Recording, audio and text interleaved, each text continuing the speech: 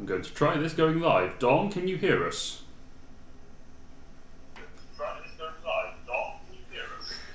Well, at least you know it's Dom. Can you hear me? Yes. We can hear you, Dom, but the problem is I can also hear myself. Yes, we can hear you, Dom. The problem is I can also hear myself. I'm so confused. Dom, can you switch your audio back to Discord and then we'll try and fix it that way? Dom, can you switch your audio?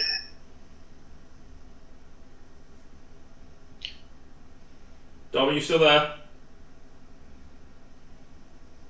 We can't hear ourselves anymore. We can't hear Dom. No, I can't hear Dom either. This is interesting. Have you done anything with the feed?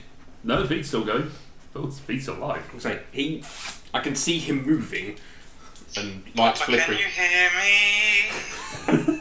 Not for the first time this evening, Connor. No. Papa, can you see me? We apologise for this. We are No, live Connor, on the 'cause internet, you're but things aren't moving going from- very well. You're moving from the camera, so all I can see is your right earphone. Trouble is, that's only on the phones, of course. No We're one the else only can people that can see it. Yeah, it's worth it. Okay, I think we're just going to have to carry on and try and sort this out at a later point. Welcome to tonight's episode of Crit and Survive, where a bunch of guys are gathered depressingly in various places. Across the UK. Well, across one county. Northamptonshire. We could be exotic. What, the UK is exotic to you? I've heard Cornwall's very nice. It is, to be fair, it is very nice. It's true. Blackpool is like the Vegas of UK, really. And we've offended people in Blackpool. Woohoo! So, yes, we're here to play Dungeons and Dragons in this rather turgid time. We have got, joining us via the internet, Connor's voice coming disembodiedly from a phone, and Dom. I'm not Connor. What? I'm not Connor. Oh, you're just some random dickhead then. Yep. Cool, good to know. Can you hear me? Yes, we can hear you, Dom. Can you hear us okay? This feels like we're doing satellite calls to doing live BBC broadcasts. Other news networks are available. No. I can hear Luke. Can you hear me? Yes. Okay, I've set my mic to push to talk as well now. Maybe this will work. Right, okay. Right, so there we go. We're here to play Dungeons and Dragons, guys. And believe me, it's taken us some time to get here because of everything that's going on. So, obviously, there is various things going on. The fact that we've got the floating pictures of Connor and Dom floating just in the middle of the screen, and we only have Matt and Tom here. Kind of goes to show what's going on at the moment. We're all dealing with this in our own different ways, and this is how we're choosing to do it, is by carrying on with our game. Playing Dungeons and Dragons. Essentially, I'm playing it in the safest way that we can. Matt and I live together, so there's virtually no risk there whatsoever, apart from what's going on. Tom is just here. Tom doesn't give a damn. The week has destroyed my ability to care. The week has destroyed all of his fucks. There are no I have fucks. none left to go.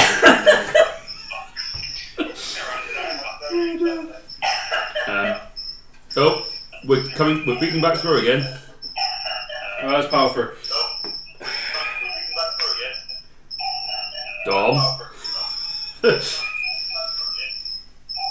Wow, we're stuck on a loop. We are. We're just going to carry on. Sorry, that was me. Yeah. No, we guessed. That's fine. So, yes. Things are happening. So tonight we are brought to you with, well, in association with, if not sponsored by, our... Brought to you by the coronavirus. Wash your hands. Stay away from your friends. I mean, yes, do that. I mean, honestly, it is a bad time out there. We shouldn't make too many jokes about it, but we probably will, because we are all arseholes. But in reality, make sure you guys are safe out there, and take care of yourselves and each other, and be conscientious of each other when things that you're doing. These are unprecedented times. People are losing jobs, and the only way that we can particularly think to contribute to what's going on is to make it worse by playing Dungeons and Dragons on the internet. Yeah, pretty much. So we're gonna play it badly. We will. We're gonna try. We're going to see how this goes. We're going to try this out and see how it goes. We may have to stop or do whatever, but for the meantime, we're going to carry on. But as I was saying, we are brought to you with association of our critically pins. Our friend Francita, by Francita at by Francita on Twitter. She launched a Kickstarter. Words! I've not had to talk to people for a few days. Clearly. Launched a Kickstarter for her critically pins, a series of LGBTQIA pins designed for the role player in your life. These hard enamel pins include ace, agender, arrow, bi, demi, fluid, gay, intersex, lesbian, non-binary, pan, queer, poly, and trans. The Kickstarter went live a couple of weeks ago. They are well over halfway to getting that finalised. Yes. Those were all in alphabetical order except for queer and poly. Because I stopped reading the list. And then went, damn it, I've missed one. But if that fantastic array of pins doesn't fit you, there are pronoun pins which are part of the stretch goal in an array of different colours, so that you can be certain that whoever is around you knows exactly who you are. So get on there, search for critically pins on Kickstarter, and back the project. That is that announcement. The other thing that we like to say in this particularly difficult time, obviously there are a load of conventions that are being cancelled, all sorts of things are going on, so a lot of the creators have lost a lot of revenue at this point because they're not in a position where they can sell to the conventions and do as they normally would do. So go and check out some of those content creators. I think there are various hashtags on Twitter where you can find some of these content creators, and these are various merchandise things, things like we like Wormwood as a big thing. We just like Wormwood. We do. We do like their stuff and we'll always accept some, which I will in the post in a couple of weeks. You think? At some point, probably. As well as Game Tea. We are big fans of their stuff. They're UK based. They do some awesome dice stuff. I've got a nice new shiny gem dice set that came from them. We've got some cool stuff. And some candles that I've been burning around the place just because other than it smells like me for a while, and no one wants that. So go on there, search out, help everyone out, help each other, take care, etc. Wash your hands. And do that. Wash your hands, and if you're feeling unwell, stay home and watch our previous episodes on YouTube that are available there. So without further ado, we're going to carry on with our adventure. When we last left off with the Wandering Stars, they were sailing down the Anarchic Canal and finding that things were not necessarily great for them along that canal. But as part of their mission to go and interrupt a meeting, spy on, whatever, that hasn't really been decided yet. Fuck 'em up. That, of the Cult of the Void, you had decided to take a boat as the quickest route down there with your new companion Anna, who had given you this information that she'd seen in a dream. And then shortly after being attacked by various creatures, you were set upon by a moose man who appeared out of nowhere and started to drown in front of you. After discovering that his name was Actaeon and pulling him aboard, he joined you on his quest, having learned that he was somewhat of a fanboy. He'd been aware of your exploits in Jorvik and had decided that he was going to follow you along for a bit into whatever mysteries you guys were coming across. After a night at the edge of a lake where you saw weird spiny owl frogs among other creatures, you set out into the middle of the lake, passing over some of the deepest waters, and were attacked by a Zyme, a multi-headed Hydra-like creature that could regenerate and respawn its own heads. Which we dispatched easily. Eventually, I think, is probably the safest way. Yeah, that would be the word beginning with E I would go for. Because the healing kept happening. Yes. I know, I was amazing. Yes, Connor. Hey, you saved Skeletor several times. Yeah, Skeletor was on Not all the that hard to do. No. But that is where we left off. After So no inspirations for you. having spent another night sleeping on the small barge that you're floating upon, at the other side of the lake, you are ready to depart upon your journey. A few repairs have been made to the boat, and Captain is ready to depart. Captain Delbene Bafflestone. I know, I love no names. But they are ready to depart and set off further down the canal. So, during this time, there's maybe a bit of time where not much is really happening. Is there anything that you guys want to discuss? Any plans? Conversations? What? Did we have a rest? Yes, you have just had a long rest. Okay. I'm gonna hit the long rest button now then. No, do it! Yes, you've had a long rest.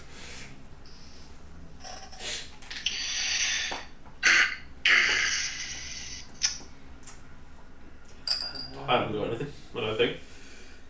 Any plans on what you want to do when you get there? De facto leader. Hey, I'd never said that in game.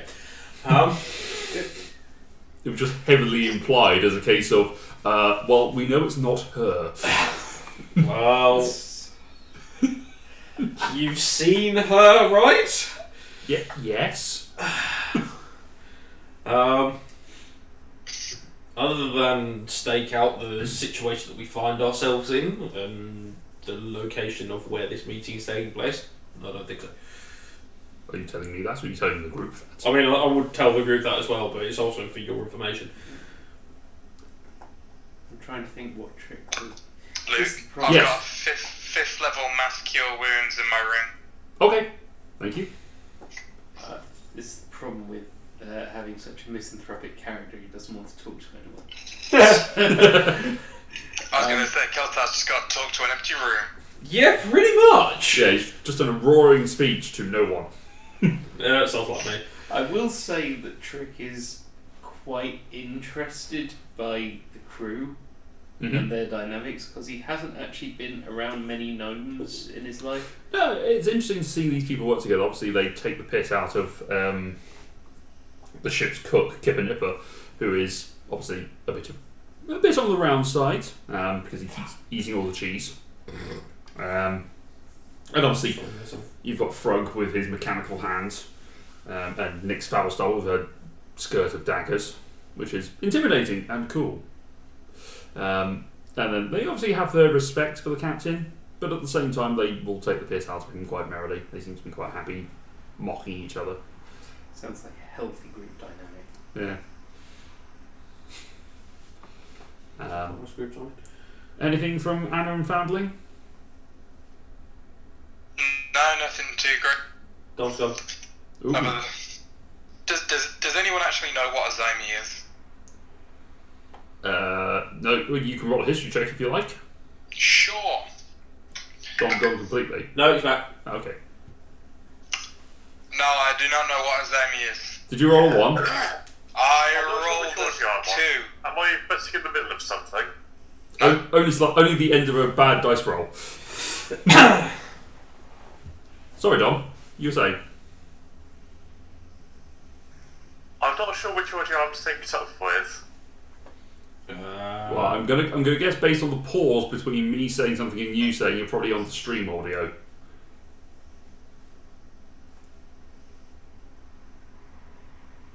It's a bigger pause.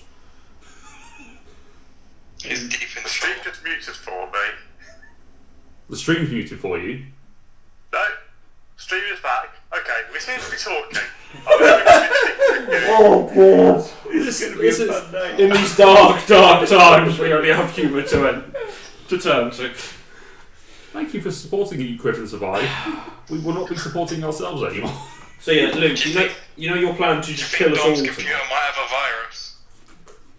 You know Yes, your yeah. plan for a TPK? Yeah, that. Please not this evening.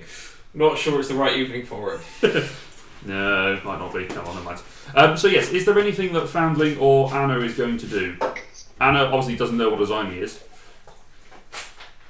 Yeah, no, they're not supposed to.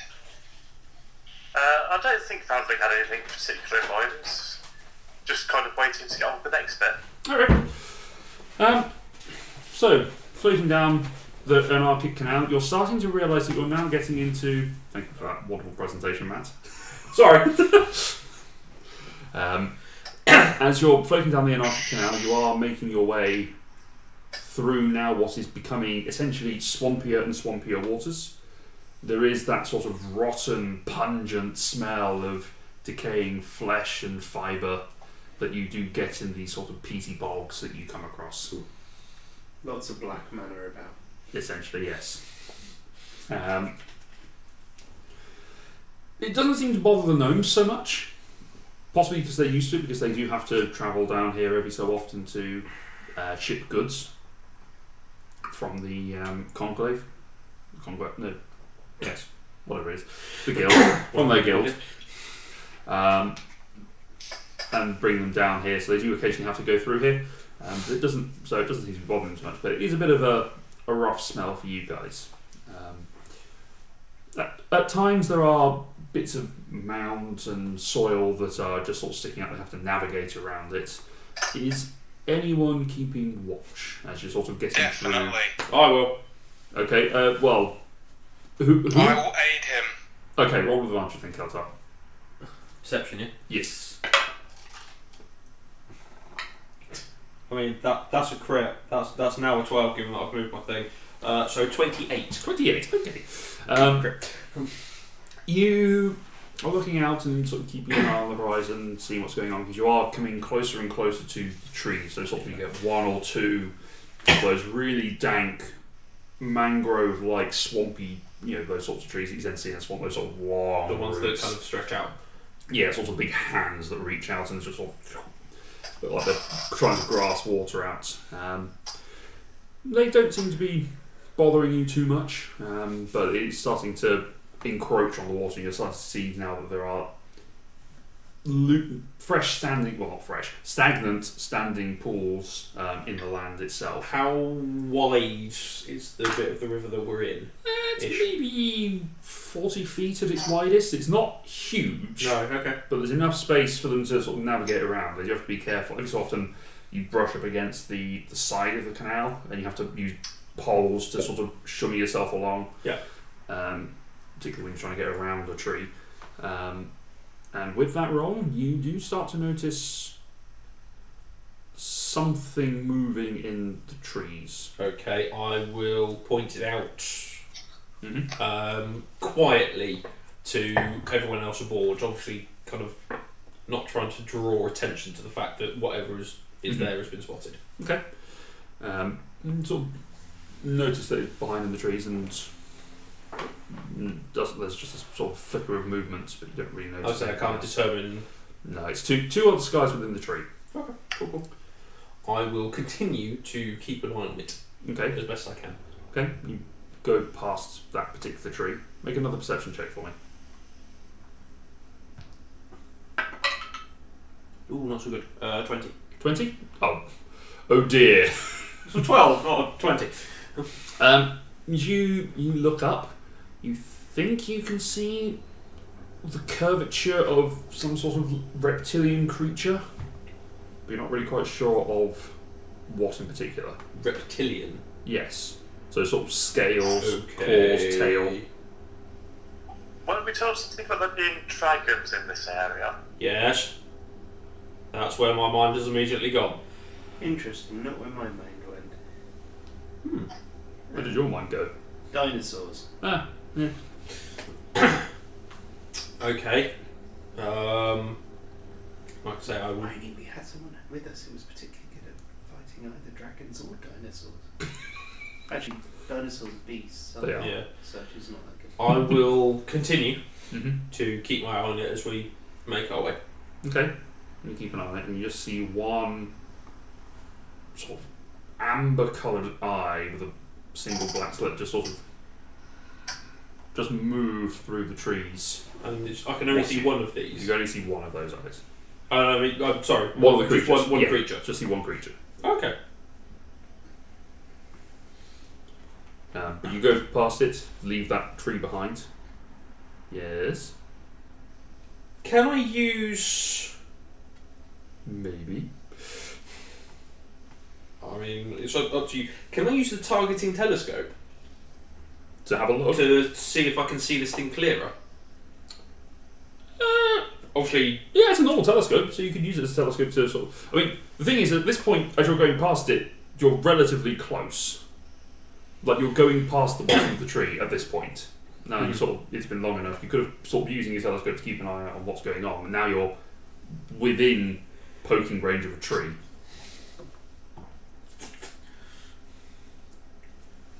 I will do that. Alright, take the telescope out and look directly at it.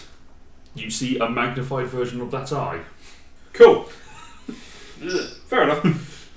And it just blinks at you, tilts its head. Okay. How high up is it, sorry? Maybe 25, 30 feet. Oh, okay. Yeah, I imagined it was further away. No, it's in the tree. Well, I guess it was in the tree, but I imagined the tree was taller. Okay. On the outskirts of the swamp. These are newer trees, so... Yeah. Okay.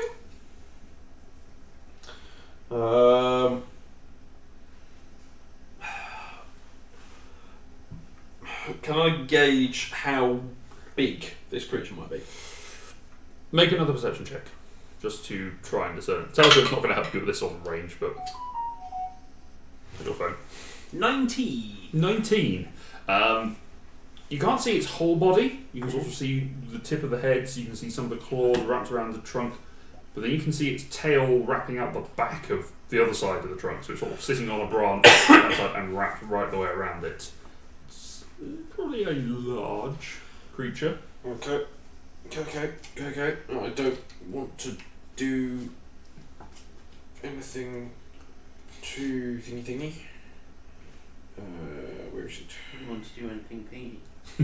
Don't want to do anything thingy.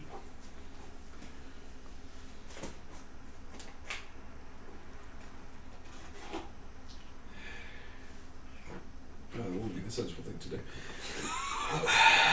I mean, at this point, I want to say do it. What are you doing, if anything? I don't know. I've got an idea of something to do, but I don't know if it's kind of the right thing.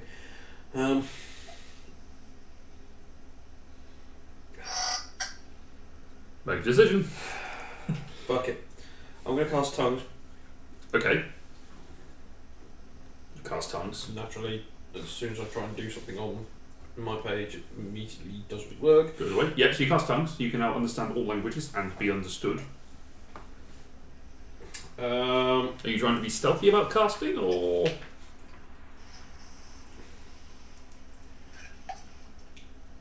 Well, there's no particular hand waving for it, so... It has got a somatic component though, doesn't it? No. Is it just verbal? Verbal and material. Okay. So... There's nothing particularly kind of... What's that? Look at me! Kafina's page. Kafina's platinum pieces.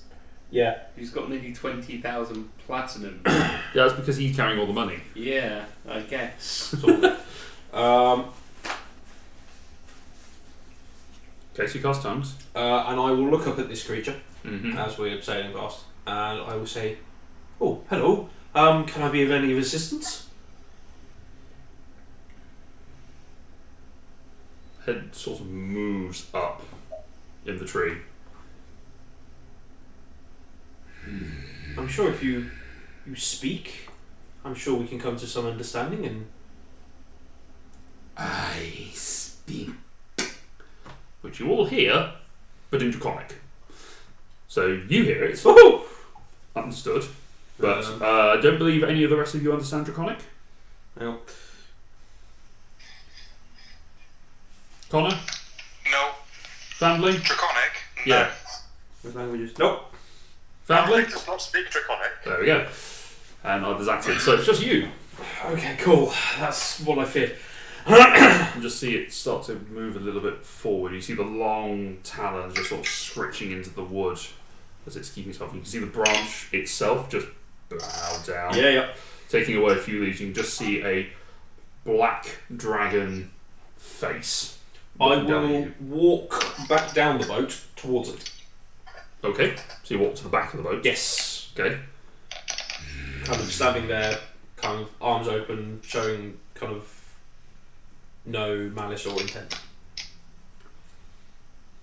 What can you offer? Well, it depends what you're looking for. Please don't say food. Always that. Well, aren't we all? But surely there are other things that you're looking for. Make a persuasion check. Persuasion? Yes. Oh, goody! That's where the one comes. Oh, no. No. 29?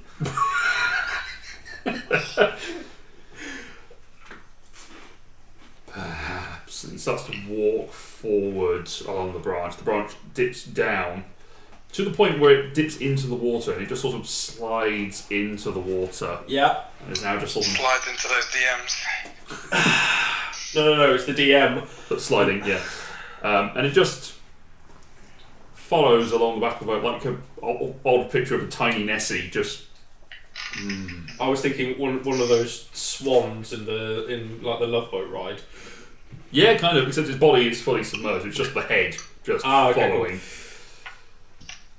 Interesting.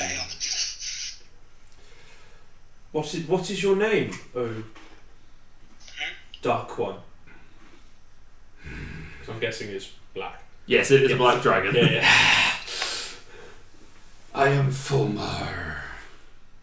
Fulmar. Why? What a unusual and exotic name.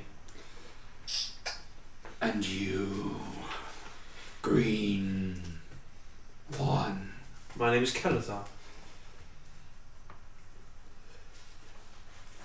Good to meet you.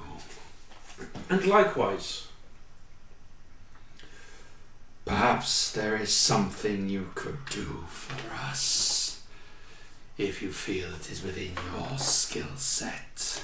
Now, remind me. I'm speaking in common. Yes. It can understand you. Yes. Or he can understand you. Yes. And you can understand him. Yeah, Or but of any language. And they can only just hear the Draconic, but I'm speaking common. Yes. Cool. You suddenly hear a brief flish of, oh shit!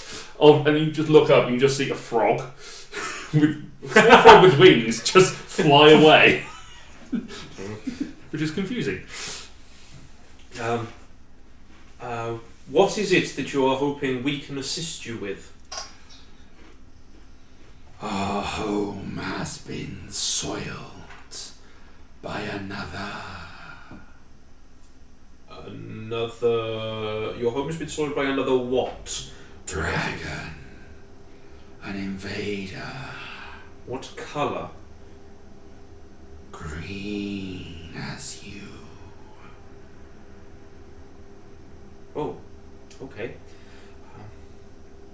So, a green dragon has come into your home and defiled it. The Jungle of Rancour. The entire jungle. It has pushed us out of our heart within it. So, you're hoping that we can rid this jungle of this green menace to allow you back home? Not just me. I made the assumption that there was As a second head. more than one of you. And a third. So 3 young black dragons Oh crap. swimming behind the boat. Don't fuck this up. Which point the captain is just going, Shh. normal? Yeah, keep going. If we were to... Just see the tails just peer out of the water as well. If we were, as a group, wanting to rid your home of this green dragon, could we count on your assistance and your aid? Make a persuasion check. Which one? How will I use that one? 31. It would be up to our father. It is his den which has been defiled. Well, that certainly makes sense. Talk to the head of the household, I suppose. Not that you're... I was the firstborn. You do not insult me. I would never... It was never my intent to insult anyone. Pray tell... I said you didn't, but carry on. Pray tell, by comparison to your father, what is the size of this green menace? Comparable. Right. So the same size as your father. Okay. But smaller than our father's father. That makes life a lot easier than it might have been. Can I tell? Yes. I'm picking things up sort of piecemeal very here, but can we ask how long ago this green dragon came? How long has it been since the menace arrived? 3 of your months. 3 months? That's quite recent. 3 moon cycles, I suppose. When you say 3 of our months, We do not measure time in the same way you do. that would make sense. 3 cycles of the moon. Fair enough. Now, I'm sure one of you told me about the green dragon you fought, but that was longer ago, wasn't it? I'm sure one of us did. Yes, there was a green dragon that you fought back in the Grove a long time ago. Yes. That had since come and taken over. That has seemed to have disappeared off wherever it went. You don't know if it's the same green dragon. No. Remind me, when was the Battle of the Grove? The Battle in the Grove, it was over a year ago. Was that Yeah, that was I think before it the was death? It was before the big. It was before you all died. Yeah. Okay. Cool. This was in the Mimic. It was just City. before the. Oh yes, that's this was Mimicton. Yes, so I remember. this dragon asked you to go and find its partner, but that was a young dragon. Mm-hmm. We did. Yeah. Oh, we did actually kind of do a good thing for a green dragon that time. Yeah, but that was a young green dragon. Okay, so Obviously, time has passed since then. They may have grown, because dragons do grow. A year and maybe a year and a half has passed. Okay. So whereabouts within the jungle is this home of yours? The heart of the jungle. Right in the centre. Anna, where is the place that we're supposed to be having this meeting is taking place? If I remember correctly, it is right in the centre. That's what I feared you were going to say. So well, mind you, we can basically, I was going to say kill 2 birds with 1 stone, or maybe in this sense, kill 1 dragon with, and Several hours. and a meeting with several stones and arrows. So we're basically going to the same place as you're hoping that we can achieve your goal for you. Seems that's the way. So it would make sense to me that we, as a group, do this to help out our somewhat homeless friends here. You hear all 3 of them hum, but they hum in a harmony, which is really disconcerting. Nice. Okay, maybe not friend. Maybe that was too strong. It was homeless that we were I do apologise. But objecting to. to be fair, you have been driven out of your home. Not by me. I'm just saying.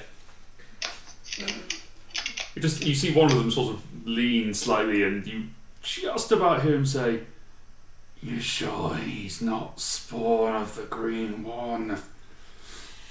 No. I think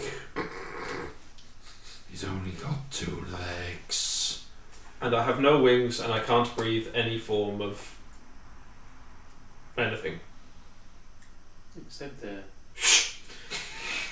It's a lot of shit as well, but that's besides the point. Right.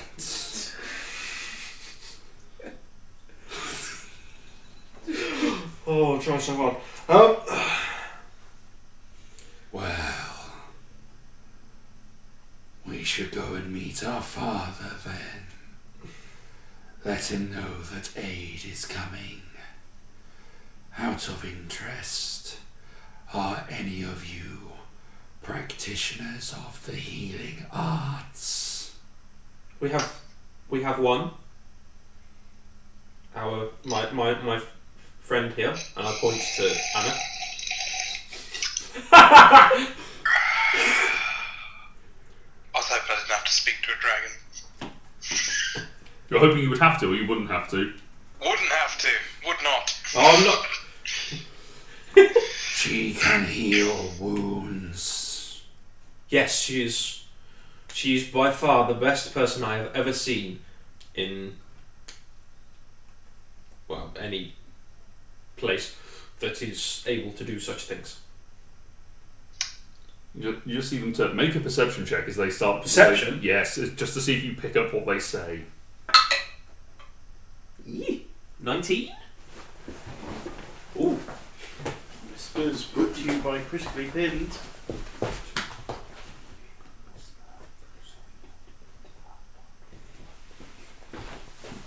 Probably would have been easier just to ask me to cover my ears. Probably. But there's also... Yet. Yeah. Okay. They want to kill me first, right? You don't know. I got a feeling. Yes, this is our healer. Converse secretly. Trying to think how to. We need the assistance of your healer. For our father was wounded grievously. Can I mind link with him? Sure. What, with the dragon? Yeah. Cool. Okay. Now this is a two-way conversation. You can now communicate telepathically with him. Yep. What do you say? Does it need to understand a language? Oh. It just has to understand a language, yes. Okay, cool. Alright. So what do you say? Well, I assume Kelatar's talking about me, so I just interject. And while they're conversing, can I help at all? You hear a surprise come back. No words are spoken out loud, you just hear, Our father was wounded and requires a healing. Would you assist in this? As long as when your father's been fully healed, he doesn't eat me. make a persuasion check. What Can is I that? assist? Persuasion? That seems No, you like can. Telepathic.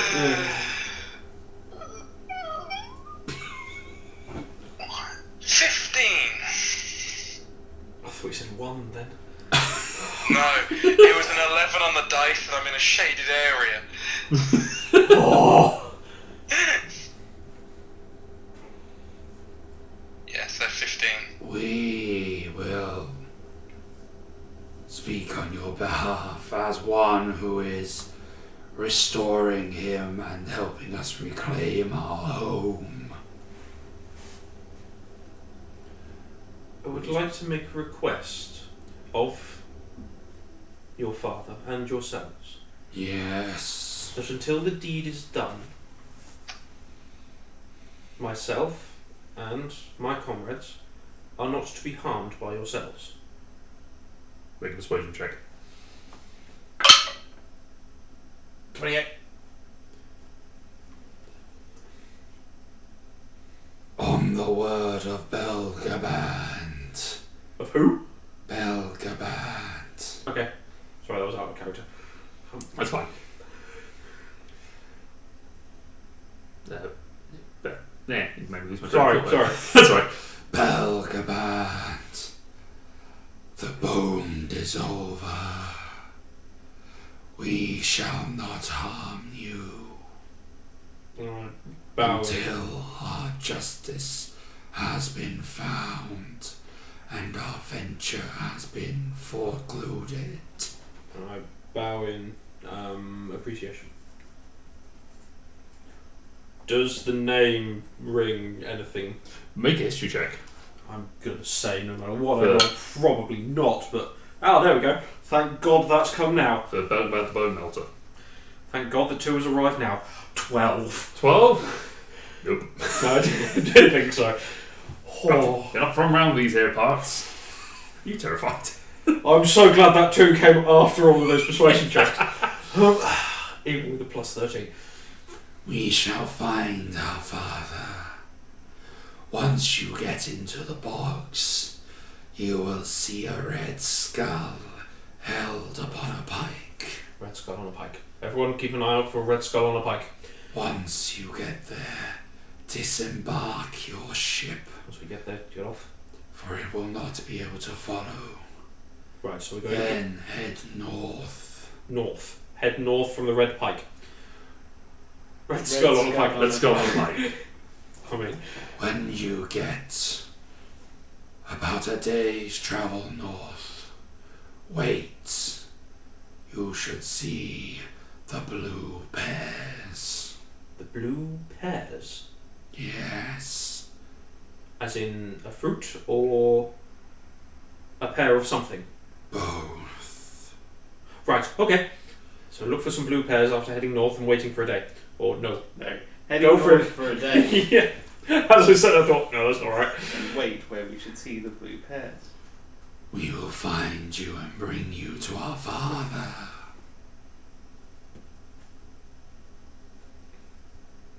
Until then, try not to get eaten. We'll With do our that- best. With that, they. There's a big splash of water as all 3 of them take off from the water and fly over the top, just leaving a shower of water over the top of you. I wait for them to get out of earshot and go,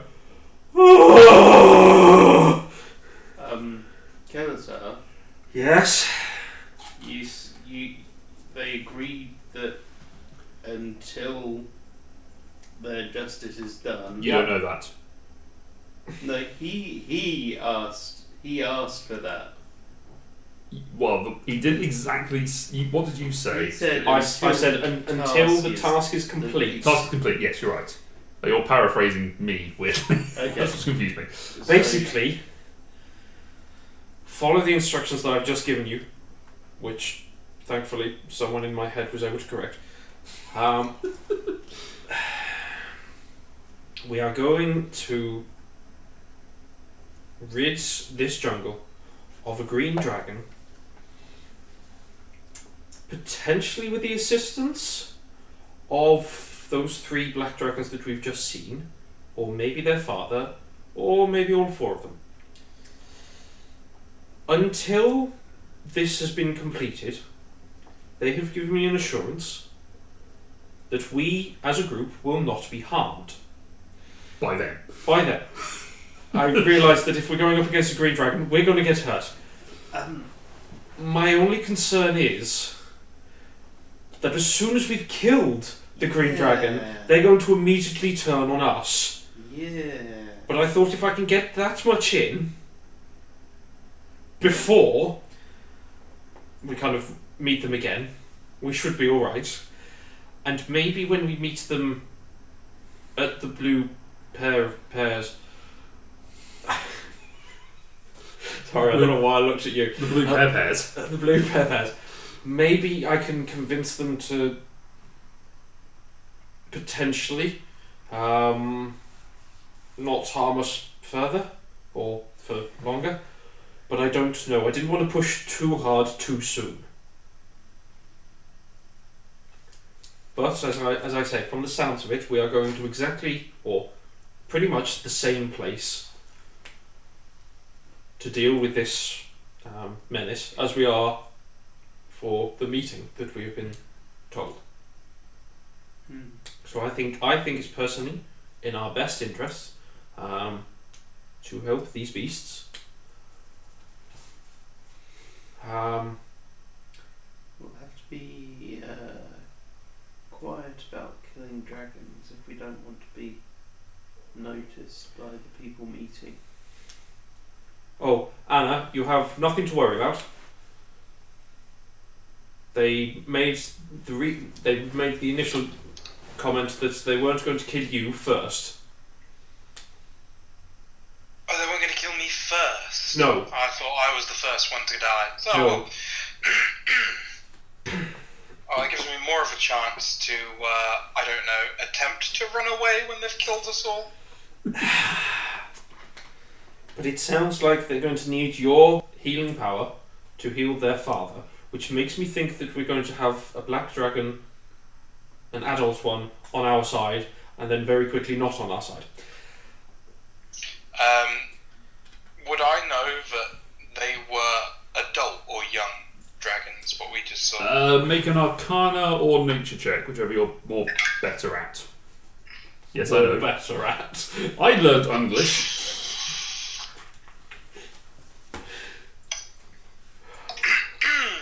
4.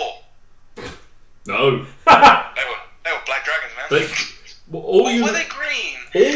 all you know with that, Connor, Anna, is that apparently black dragons they do not show an age. Very youthful. They're known for. Wasn't going to say that. They're like Paul Rudd. Yeah, exactly. They are Paul Rudd dragons. Doesn't age. He does not age. Okay. Yeah, when you come across him in Friends, see him then and then see him now. Oh yeah, no, I've seen them in Friends. Yeah. Ridiculous. Anyway. So, Did they care to mention where their father was? no, they said they were going to go and find him. Oh, good. So my- we should expect a visit from a My huge... guess is once we've got to the place where we're supposed to wait for them, we will be met there by them, him, all of them.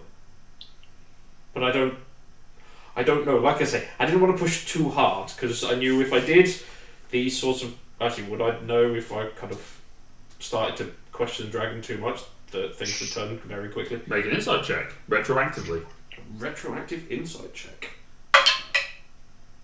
12. 12? Maybe. There was a chance that things could turn bad very quickly. You've met people, right? Yeah. There's always a chance things can turn badly very quickly.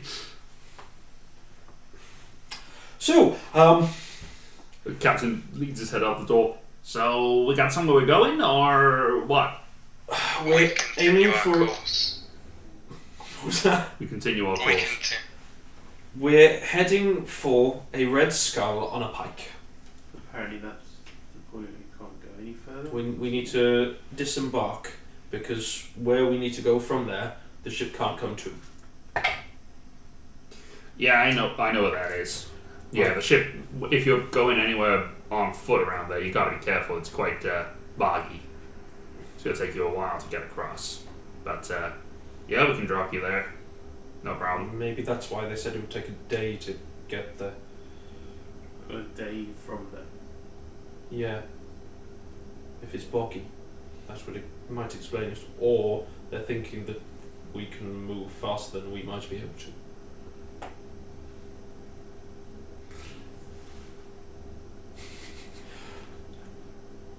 I'm envisaging that if it's a bog, we're going to be moving slower. Yes, you would be. So, the assumption that it's a day's travel from there to there. Yes. It's how far you can travel within a day. It's the general assumption of a day's travel. Oh yeah. It's It's like a light year. Alright, so, yeah, we'll head for the Red Pike. Sure, didn't want to deal with anything weird today anyway.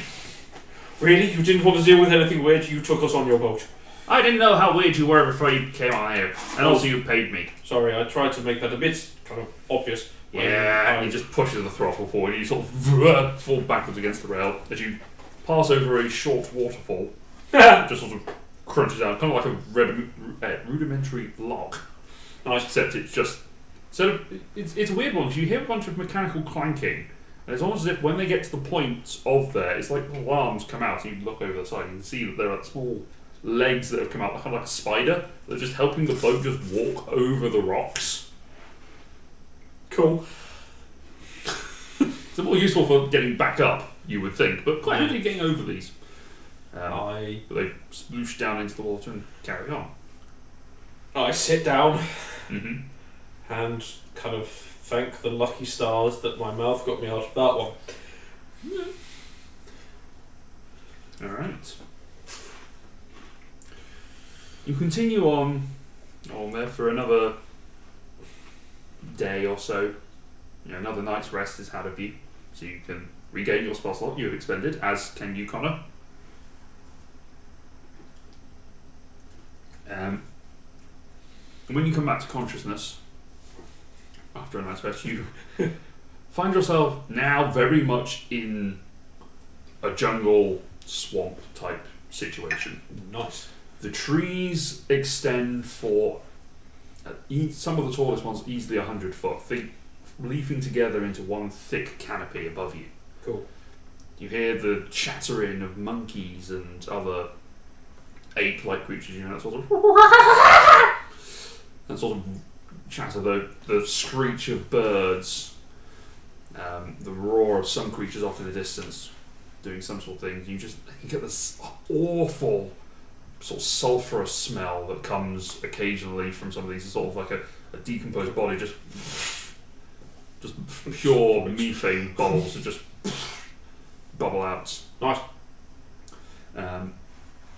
Nix, who has taken over for this particular shift of driving, says, "Alright, so that's going to be your red skull." I look around. There's a red skull on a pike about 2 feet to the right. Oh. Shape skull. Is it a humanoid skull? No, it is essentially it does appear to be some sort of reptile-like creature because it is elongated at the front, sort of elongated snout, no lower jaw. That appears to have either snapped off or just been left behind. But the skull of it is wider at the back. It sort of fans out, so it looks like it may have been some sort of dinosaur, maybe. Can I do some kind of check to Make see? make a nature check. Unless you want to do a medicine check to see whether it's dead. No, I think this one is dead. Alright. It's dead, Jim. Nope. No? Not a clue. Okay. Yeah, so it is some sort of creature. Cool. Alright, so if you're going to disembark and walk from here, good luck to you. I need to swim for a little bit first. Oh, goody. We have to swim. Well, we're not exactly at a local docking point, so this is kind of just whatever the hell we can deal with. We're just floating at the moment. I will cast water breathing on everyone. Okay. Everyone can breathe water. Also, just need to check up on a spell I've got that I can't remember the details of. Which spell is it? I don't want to spoil the surprise. If Oh, it's- alright then. Teleportation by water. Oh, goody goody gumdrops, laughs in full plate mail. How far away is the nearest land? It's not far at all. It's only maybe 10 feet off the side. But Can you I are, try and jump it? sure, make an athletics check. With my athletics. At disadvantage because you are in full plate mail. Never mind. What was it? 1. So as you walk back over the side of the boat confidently, you rush forward, jump, and your foot catches on the gnome-high railing, catapulting you forwards and straight down into the waters of bog. Can Actium try the same thing? Yes, make an athletics check. The disadvantage because he also has heavy armour on. You drop straight into the water, Anna, and just sink about maybe 3 feet before you're just mud and muck and decomposing plants just surrounds your vision, and it's just heavy and slow and awful. 13.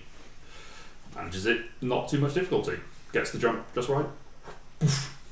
Lands. But as soon as Action lands, you just sort of, and then drops maybe 6 inches or so into the bog. Oh, goody. How deep is the water? Around the boat, it's maybe 8 feet deep. 8 feet. Yes. Okay. Can I get out of this now? Yeah, you can. Yeah, I assumed you did. I assumed you sort of stood up because you can breathe on it. Just kind of. Yeah, you managed to pull yourself up, but you Well, are. I live here now. You are. Yeah, this is my home now. I love how you said that, Connor, and it sounded like both you and Anna at the same time. Yeah, Just, can I get out of it now? you are covered in muck and slime, and as you sort of stand up, there's bones of small mammals that have just died, now knotted into your hair. It is That's fine. awful. I've done this because it's a stealthing mission and I need to blend in. Yeah, sure. Good reasoning, good reasoning. Clang, clang, clang, clang, clang, clang. Not anymore. Now it's like. Everything starts to rust. Yeah. So Tom, you were doing something. I was looking something up. Never mind. I shall stone my bow particularly carefully so that the water doesn't damage the string. Okay. It's a magic bow, so it should be Yeah, it's alright. fine. And Trick will just get out and start swimming. Okay. Swim across. Easy enough. Join Action. Kafina will do the same. As well. Okay. Uh, Foundling, I assume you walk across the water because you can. Oh, you can't at this level, can you? At level 11, should be up to. Yeah, he's multi-class. No, you're fine. Dom, you still there? We appear to have lost Dom. He's still there in video. Dom, can you hear us? Your microphone has been muted. Interesting. We'll say for the ease of this, Foundling walks across the water. So I'm fairly certain that's a level 9 on Yeah, I'm fairly sure it is too. Dom, you there? No. No, okay. He said, I can hear you and I can walk on water. Okay, we can't hear Oh, him. so interesting. We can't hear him. You can hear him, Connor, or is it just typed that? Typing. Okay. Ah, Yeah, we can't hear him. But he walks on water. bizarre. We'll leave Dom to sort that one out. But you are all now in the box. Lovely. The captain leans over, says, well, I'd say it's been fun, but it kind of hasn't. I mean, you guys are great, but, you know, we almost got eaten by cyclopes and stuff. True. Is this the last time we'll see you? Potentially? I mean, we're going to head back to the Contrivance Union, so... I think at that point we will take our extra things that we have left on your ship. What extra things are they? Well, there's a mechanical thing and my glass man. Oh, right, them.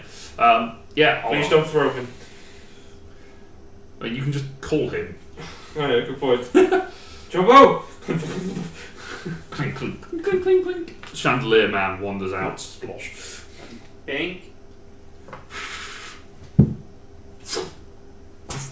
The antelope just jumps out, at which point Kafino goes, oh yeah, I think I can do this, and just sort of flips a switch on the hindquarters, and a ladder just comes out, and she just walks up the back to then sit on the back of the Trick's antelope. going to look at that and go, interesting. And take 10 minutes, but he's going to cast Phantom Steed. Okay. Phantom Steed. Phantom Steed, which is a ritual spell that he added to his spellbook while in Alfheim. Mm-hmm. Fair enough. Alright. So it's a quasi-real ground. Oh, that's like real ground. Quasi-real horse. Well, no, not a horse. It's a horse-like creature, but I decide what it looks like. What does it look like? If you say horse. Yeah, I'll say it's it's a horse to scale with Trick, Sure. So kind of A pony. Think Shetland pony. Yeah. Also think sort of grey, green, brown camouflage colour. Sure. Why Because not? stealth, he's all about the stealth. Sure, why not? Of course. Camo horse. As you They do. will last for an hour. Yep. Connor, are you bored? Are you rolling dice? I'm debating whether to use Channel Divinity to get a horse.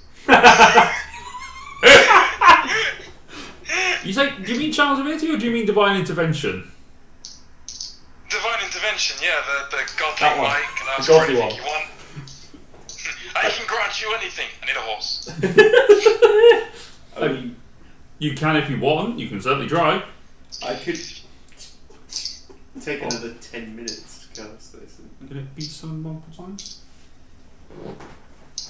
You know what, I will use Divine Intervention, but I will be asking my god if he has a solution to the difficult terrain here. Okay. Roll your percentile dice. Please work. 11 or lower. Nope. What did you I was roll? so close as well. 20. Oh! Yeah, unfortunately, you put the prayer up to Morpheus, and the response you get back is sort of a. No. Working from now. Just goes back to sleep. Alright. So, waving goodbye to your gnomes after you summon a camo horse, camo pony, set out, walking northwards. In fact, who is going to helm the travel on this particular leg of the journey? I suppose I should, as I'm technically the people who personally brought these people here. Okay, make a survival check I will assist. with advantage. Thank you. 18. I rolled 18? a 1 again. Jesus. Wow. 18, okay. Third one today. It's difficult for you to keep track using the sun because of the very thick canopy above head, but you do manage to find a way of navigating to what you would assume to be north. You sort of take a bearing from following back the canal where it got to this point, working out roughly where the northern coast, where Solrisa kind of is. Well, that's grammatically correct. It sounds odd, but it's correct. What is? Yeah, where Solrisa is. If you're working, yeah. You manage to sort of locate that, and that being vaguely north, you start setting off in that direction. Okay. Sort of moving through some of those mangrove trees and sort of all sorts of weird, colourful fungi growing out of the side of them and along the ground. There are areas along this land which is boggy. There are some areas which are very boggy. There are some which are a little firmer. There aren't many. So what you're saying is there's not mushroom in this place? There's plenty of space for you to wander around and walk unencumbered, but it is slow going, so it would be walking at half speed, essentially. Do we have a marching order? Obviously, Anna is taking the lead. I will be right behind. Trick will go at the back. On Quasi Horse. I will keep. Only for the first hour. Yeah. I will keep Jumbo near me.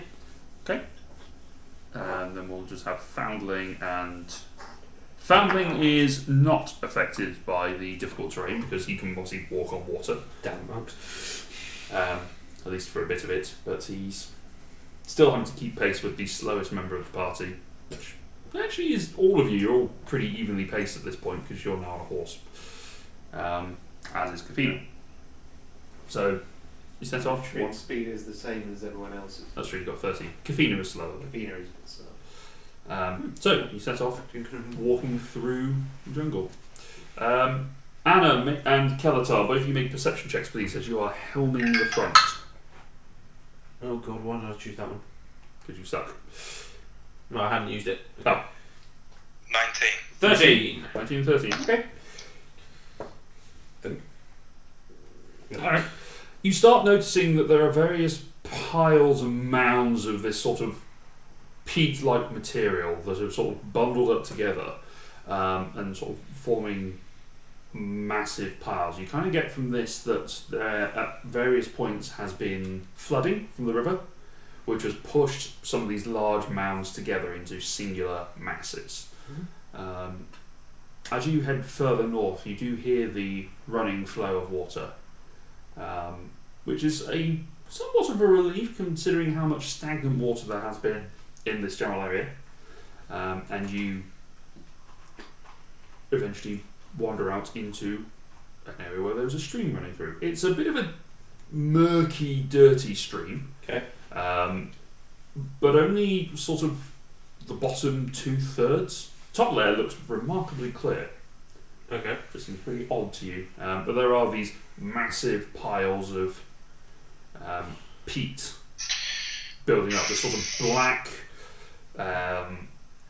inlaid moss forming. Yes? So I'm trying to work out how many questions I want to ask at this point. Okay. You may ask as many questions as you like. No. Fair enough. How long have we been walking for? This point, maybe hour and a half, 2 hours. Cool. Do the mounds of black stuff look like they've been kind of put there where they are, or have they kind of coalesced? It's sort of like they've coalesced then. In some cases they've grown there because the material on it seems to be a very fertile sludge mix. So it means that mushrooms and grasses and all sorts of sod can be able to grow on them and within them. Okay. Is this stream in an opening, or have we still got the thick canopy above us? There is still some of the thick canopy. It's a little bit sparser here because of the water cutting through and near a wider point. Because it's cutting through in a wider point, there aren't as many branches reaching across that are interlocking as much. But there is still, so there is some sunlight you can see, which is helping you with the heading. And when you say that 2/3 of this stream is rubbish, as it were, Yes. what can I see in it? Make a perception check. 17. Okay. Looking into the water, you can see that the main things that are going through that is some sort of weird crustacean-like creature. So imagine some sort of lobster, but with sort of green and brown spots along its back, just sort of walking through the plant matter, sort of wading through, occasionally picking up pieces of dead flesh and just sort of, and then How wide is the stream? maybe 30 feet. It's a wide stream. But it's not a consistent width. It seems sort of there is a narrower fork that does go off seemingly northwards. How fast is it flowing? Not fast at all. It's a very slow moving river. And you say it's heading north? No, there was a fork which is heading north. The majority of it it looks like this is a tributary of the meandering of the Anarchic Canal. Okay. So one of the meanders that's come off it at some point in the last 100 years or so. And it's sort of flowing. But it looks like part of it is flowing north.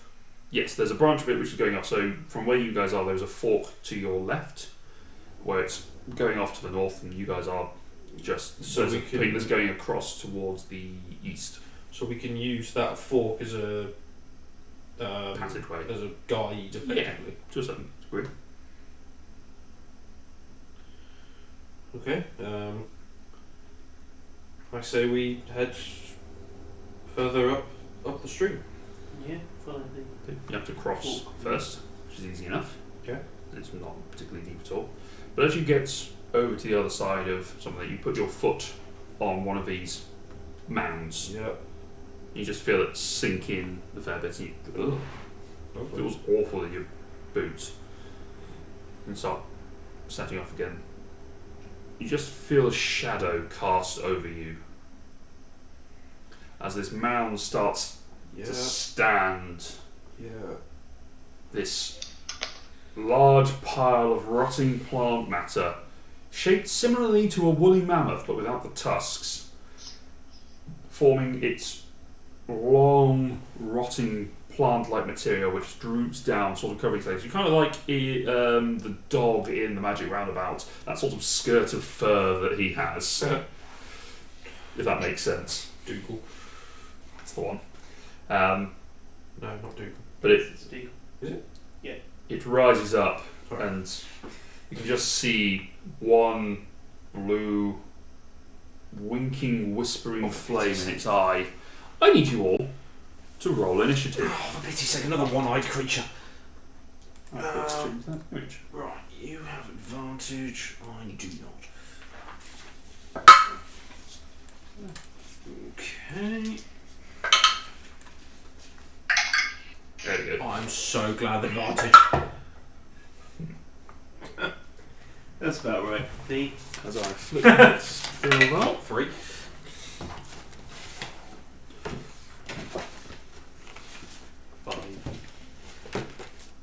Damn, he was prepared. Yes. He was prepared for us to not have to fight black dragons.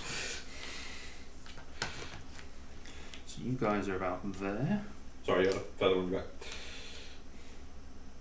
No, let's not put that in there because that's still everything. Where have I got my big one? So you've got some coke on your side. Well, I think it's... Right.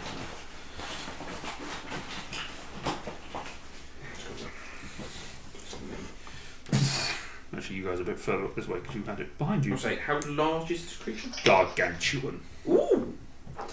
It was a while since we fought something. That. So it takes up 4 squares. In fact, it's Alright. probably there. Okay. Camera mode. It takes up 4. Dom has disappeared. Or at least Dom has kind of gone fuzzy. That's it. Sorry, camera. My camera. Yes. Ooh, no, that's doing photos. There it is. And now we need I just to... have to. Actually, hang on. What? Oh, you can flip it. Apologies for this. There you go. You might need to move it around a bit. Let me play. Connor, can you see it? Yeah, kinda. Or just maybe move it around. Or actually, you can get one of the combat tiers and just put it on top. Oh, yeah, that could work. What do you do with that? Initiatives, everyone. 25 to 20. 23 for Skeletor. 23 for Keltar. 22 15. 17 for Action. Oh, good. We might drop you down. Yeah, to the that's what I was say. Drop someone. Which means you go after the creature. The Peat Mammoth. 10 to 15. There we go. 10 for Trick. Jesus. Anna. 4. Wow. B got 5. That's a corner number. Yep. Yeah, I rolled a 2. Dom, are you there? We've lost Dom. So we've still got video, just no audio apparently. Or at least no audio output. Okay. You can get on D&D Beyond just to bring up the family. Connor, Yes! send Dom a message and just see what's going He on. can hear us. He can hear us. Yeah. Okay, we don't know what he's doing. So does he want to message you instructions for foundling? Yeah, sure. That might be the only way we can do it because it's going to be tricky. Otherwise. Okay. Yeah, so if Dom, you want to roll initiative for foundling, let me know where he goes. What about for Jumbo? Oh, Sugar. Forgot him. Good. Oh, +2. I'm going to use this knight for Jumbo. Fair enough. You said it was with you? Yeah, right near me. 11. 11 for Jumbo. Which puts him there. Where's the codex? Oh, it's in the book. In the thing. Foundling's initiative count is 18. 18, okay, so that puts him second. This could be tricky. So if Dom starts typing out his turns relatively quickly, or we try and solve the sound issue, we'll see what goes on. Although actually, it's almost 9 o'clock, so maybe what might be best is if we take a break there, and then we come back in that initiative order. So we'll come back, we'll take a break, and we will see you in about 15 minutes. We're going to try and fix this problem. So see you then. And we are back. So, we had rolled initiative. A nice little roll initiative graphic. So, Kalasar, you're up first. You're now not streaming. Oh, there you are. There was a delay. Okay. As an action, Yes. actually, as a free action, Yes. I'm going to shake my leg to get this gunk that's Yeah. on my foot off. Would it be an action to command Jumbo? Does it say what it is? I- In the it would say in the book about what its commands, as in the actual book, the book at your feet. Oh, the book in my feet. Oh, need that one. The Creature Codex by Kobold Press. Not sponsored, we just like it. Got a shout out in that one, haven't we? Yes, we do. We do. We've also got a creature in this one. Yep.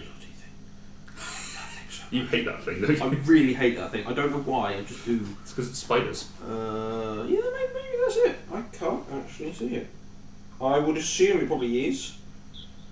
An action to command it to do something. Okay. So We'll clarify that, but we'll say for now, yes, it's an action. because that's just the easiest way of doing it. Give So an instruction. I will not do that. Okay. You will just stand still. Yeah, pretty much. I will Eldritch Blast the thingy. Go for it, make an attack roll. 3 attack rolls. Yeah. Ooh. That's not so good. It feels like something that's probably not very hard to hit. Well, it probably isn't. 14, Miss. 16, Hits. 20. Hits. So, 2d10. It's got a natural covering of just mushrooms. And vines and all sorts of things, just sort of thing. 14. 14 points of force damage. Points force damage. Force damage. That's what I said. Alrighty. Let me just hang on. No, didn't write down his average hit points.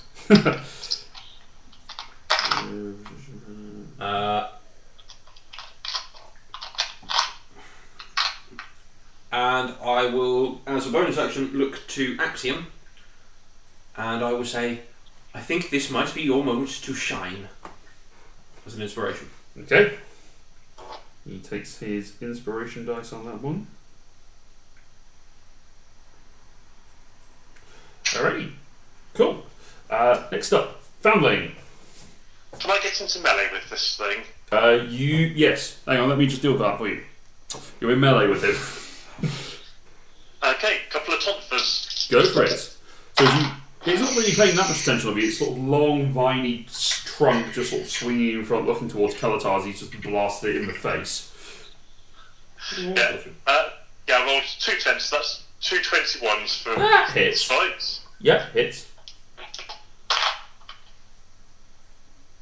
Ooh, nice. For a total of 23 bludgeoning damage. Nice. And then flurry of blows. Okay. 2 unarmed strikes. Go for it, kick in. Oof.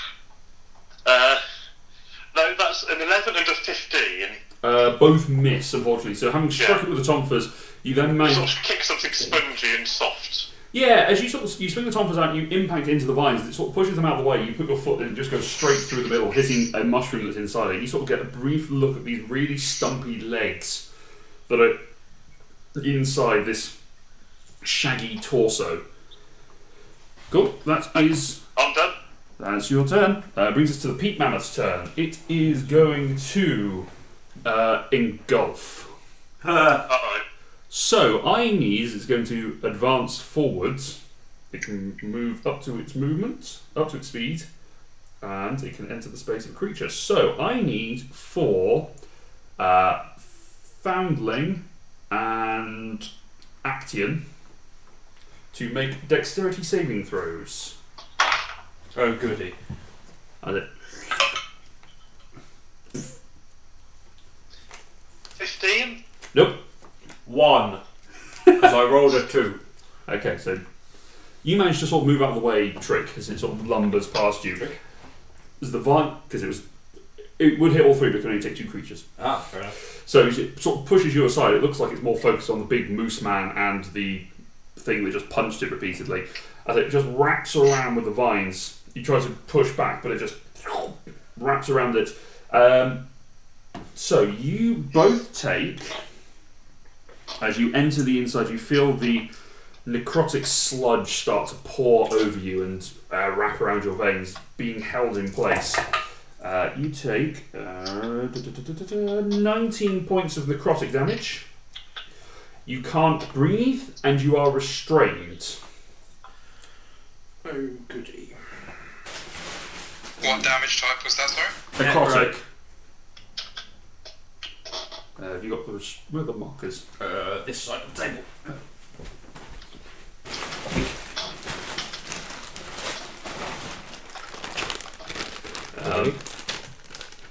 Restrained? Well, just any of the colour ones. Okay, cool. What did you say we haven't got restrained? You just put a couple on them. Yep. Alright, that will end its turn. Action is now up and is restrained within. Okay, can he make an attack roll? Can make attacks with disadvantage. He is suffocating though.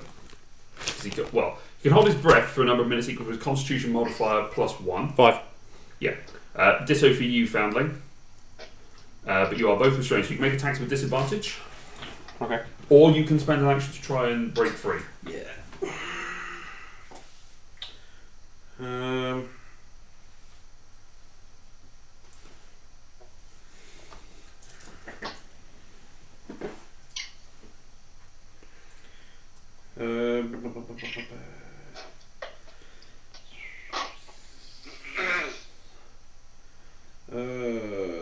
Sorry. I'm going to try and break out. Make an athletics check. Because I think that's a better option. 18. He tries to move against the vines that are just wrapping around his torso now. Can't get the purchase and break out. Cool. That's literally it. You could have invoked a rune to make it Yeah, bigger. I could have done. I've just read that. It's a bonus action, you can still do it now. Yeah, I will touch whichever one it is. Yep. That gives the giant might. Alright, so the giant's might activates and he expands within the mammoth, which you now see from the outside 2 massive moose horns poking out the side of the mammoth, Nice. just sort of expanding out sideways, but he is still restrained. Yeah, that's fine. Still contained within it. Brings us to Trick. Right. Is the mammoth in melee with Trick? Yes. Huh. It moved. It moved forward and it overtook the people that were directly in front of you. And Trick is right on the riverbank. Yes. Okay. Oh, bear in mind, for movement it is difficult terrain for everyone to move across this bog. Okay. As an FYI. Bonus action will cast Shadow Blade. Whoosh. Appears. And then we'll make an attack. Go for it. Make an attack roll. It is dim light, so you do have advantage. Ah. I wasn't expecting that. You're in the jungle, the mighty jungle, where there are no lions because they were eaten by dinosaurs. So I have advantage. You do. Nice.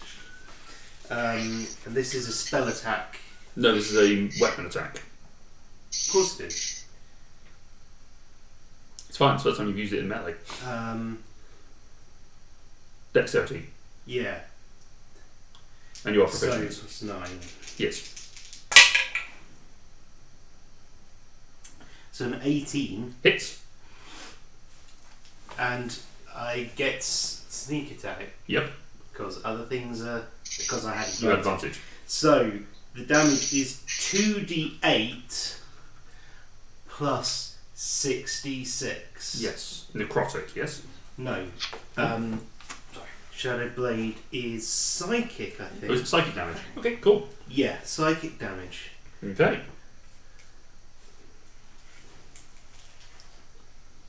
Yes, that's the right number of dice. Alrighty. But I don't get any dex bonus to it. No, you do. It's a finesse weapon.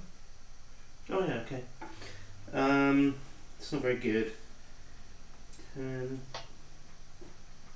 Oh, that's really quite terrible, actually. 27. Oh, what a terrible thing to have happened. That's pretty bad for a sneak attack. That's true. Alright, so you strike with the Shadow Blade just cutting through. You just see them. It's almost like the eye that was sort of in the middle of its head spills around the back of its head. Oh, nice. And now is looking at you. Yes. So you had a question. No. It was a point, and I will. It's almost as if it's a sort of a phantasmal flame that is just looking around, just keeping an eye on what's going on. Alright, that's your action and bonus. And Oh, you are concentrating on Shadow Blade as well. I am concentrating on Shadow Blade. Just I possibly might here. try and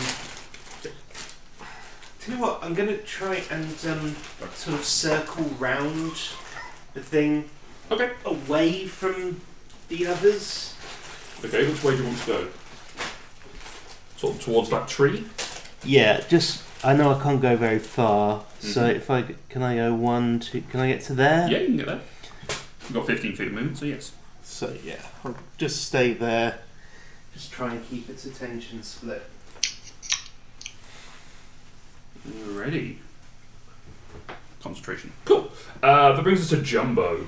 Okay, having checked it, Yes. it's not in that book, Yes. but I found the manual of golems. Oh, yes. It says it is under your control and it understands and obeys your spoken commands. Okay. So it doesn't Just say speech. an action. Okay, so as it's just your such. speech. Just so Okay. we're clear. Obviously, I haven't given it A command, so a we just command, so stand. it's just going to stand there. Okay. It's- In which it's case, Kafina? Sorry. Right. Is it in melee with Fee as well? Yes. Yeah. And her steed. Hmm. And her Steve. And her speedy bink. Antelope. Now the trouble is, a lot of these spells I don't know because they're reskins that I don't know what they're reskins of. There's not many in there. Zeus's Charge Cloud. Melts my meteors, but lightning damage. I don't know Melf's Meteors. Nice. Just creates small balls of electricity that fires out at them. I vaguely remember that. Dom, stop moving on your chair. Um, There are no doors in this jungle. Oh yeah, sorry. God's right. sake, Matthew. You're right, the sheet I'll finish. Rolling Thunder. I think it's a dex save, or is it a attack roll? I think. Beyond D&D Beyond. Which one it is? I think on the first page of the character sheet it does have what sort of attack it is for rolling. If it's an attack roll, it'll be on there. No, it is. Plus 8. No, I think it says- Thunder. Okay. Anyway, what she's going to do is cast Zeus's Charge Cloud, Okay. and before casting it, she will teleport 10 feet away with Bink between her and the man. So leaving Bink behind. Yes. So she just basically flies away 10 feet. But actually casts it, isn't it? It says before or after casting Okay. it. So as the electricity starts to spark around Kafina's waist, a gust of wind just sort of wraps around her and lifts her off her windy steed, and she lands, Oh yes, she flies, not teleports. Yes. I'm getting confused. landing next to Anna. So she now has the electricity orbiting around her. She's going to throw them at. And she throws 2. Yes, up to 2, and then it's a Yeah. dex save on both. So yeah, 2 dex saves. Okay. And this Is is each one 2d6? yes, 2d6 of lightning damage. Also, I need Action and Foundling to make dex saves at disadvantage. Cool. It's contained within it. So It's fine. It's on brand for Kafina.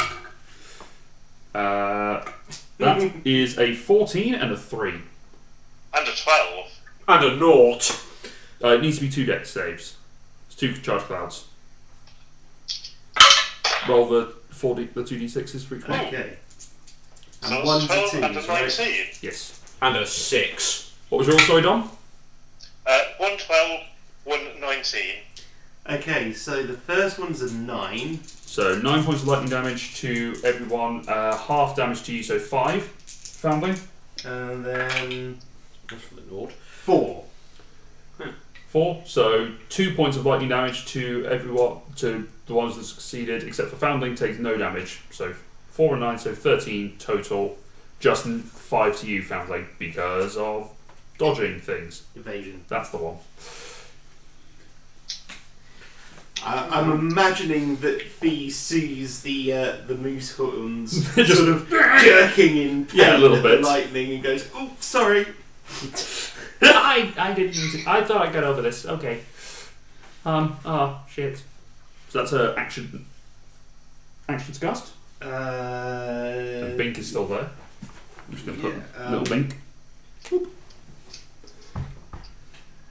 Because it's me and I don't know how to use sorcerers properly, Sure. I will No better than me. quicken a static arc. Sure. Yeah. Con save. 16. That meets DDs. Okay, so no damage there. Kafina is concentrating on Traffic Arc. She has 2 of those left. Alrighty, brings us to Anna.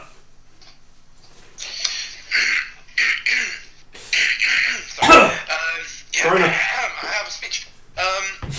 Did we notice when they were hit with lightning that it did damage to the others? You saw the slight quivering of elk horns.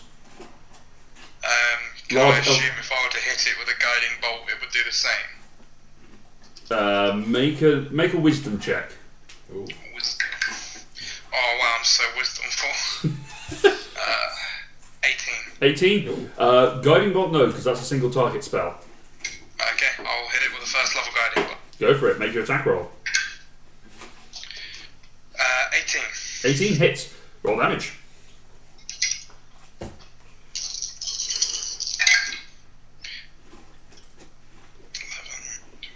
17 points. 17 points of radiant damage. Yeah. Nice. So the glow of energy impacts into the mammoth and it now starts to glow from within. This sort of weird, ethereal green hue over your normally pearly white guiding bolt light. Kind of cool. Nice. Alright, that's your action. No bonus action. Okie dokie, you moving? Or are you staying where you are? Can you put your finger on top of it? Boop. No, I'm fine. Okay. Kelatar. Okay, I'm going to. I think how to word it. I'm going to say to Jumbo Mm-hmm. to attack it until attacks and then run. Okay. Attack it until it attacks you and then run away. Run away. Okay. Then I am going to do something. Do a thing. Do a thing. Do a thing. I mean, go for the now somewhat standard. I'm going to Eldritch Blast it Go for it. because it's there. 3. A 17, 18, and a natural 20 all on the dice. Yes. All those hit. Okay, so 4d10. Hey, 3d10. Oh yeah, 4d10 is correct. 12, 18, 21 Ooh, nice. points of damage. Alright.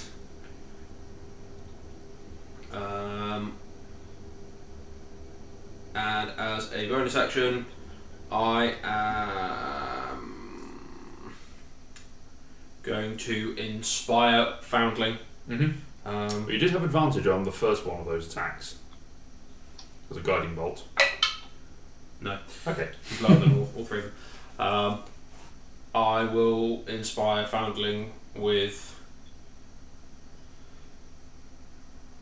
As a great man once said, an ooze is easy to get out of, just shake it off your leg. So, have a D10 inspiration, Dom.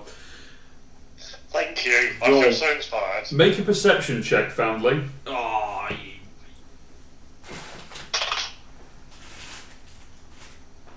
18. Yeah, you're fine, you hear it. phew!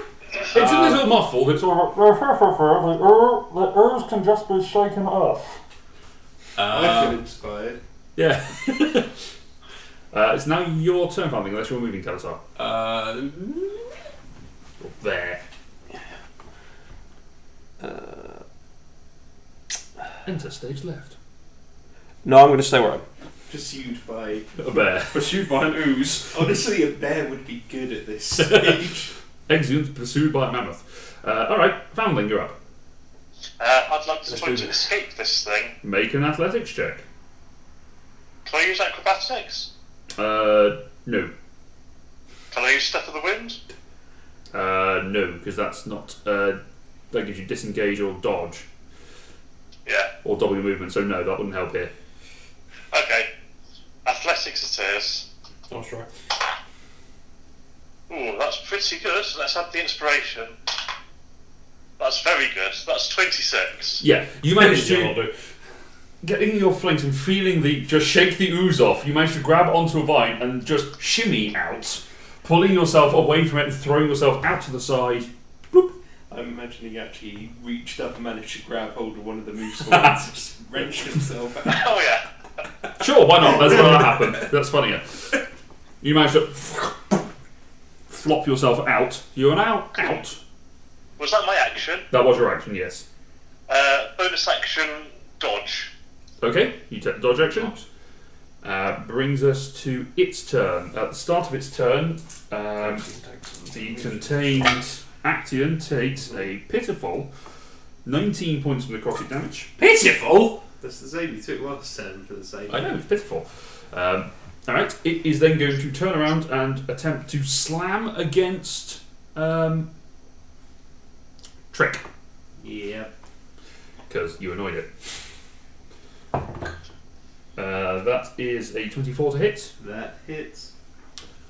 So that is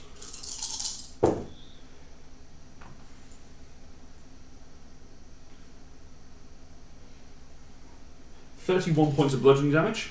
Uncanny dodge. Takes it down to 16. 60. And you still need to make a concentration check. Yeah, hang on, there's these. Okay.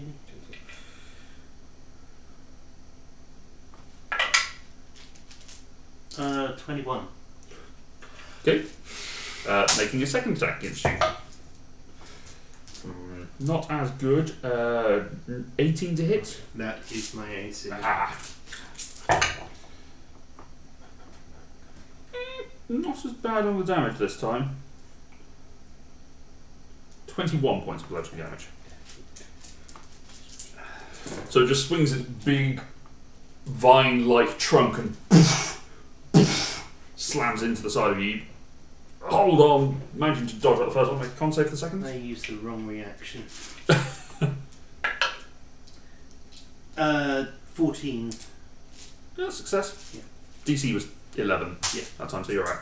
Alright, that ends the turn, brings us to Action, who is still restrained within it. Yeah, he is. But he's swole. He is swallowed. Swole. He is going to take all three of his attacks this time. Okay, at disadvantage, in its chest. What am I plus it in? 10. Okay, so that's 21. Hit. Actually, isn't there a thing about the Rune Knight when he's grown? Does he get something from that? Or is it just an extra It's just damage an extra dice? damage die. Okay. An 11 from a natural 1. Misses. Okay, so 1 hit, 1 miss. He And has 3 attacks, he's level 11. yep, that's why He's he's rolling the a third one. attack. Oh, I see, I thought that was damage dice, sorry. 24. Yes. Okay, so 2 hits. So 2d10 and 2d8. 13, 21. Can't see what the other one is. It's alright, neither from Ross, because he doesn't have it. No, it's d4s. Oh, yes. 21, 32. 32 points of slashing damage from his... Yes. weapon, his pike. No. Glaive. Glaive. 33. Plus 12. Nice. So as he comes swinging the glaive through for the first one, gets the strike in, and he just gets it stuck in the bog from the on the natural one, then pulls it back up and slashes through another heap of it. He's still contained within it, and it's still a problem. But it's not so bad, although he does seem to rupture, as he sort of leans back as he ruptures a methane bubble just underneath his nose, and it is awful. I know methane doesn't actually have a smell, but go with it. Yeah. Trick. Right, Trick. Bonus action, disengage. Yes. He's going to back 15 feet away from the mammoth. And then he's going to throw the shadow blade. Go for it, make an attack roll. With advantage because of dim light? Yes. And you are still within 20 feet? I am. So that's a 26. Yes.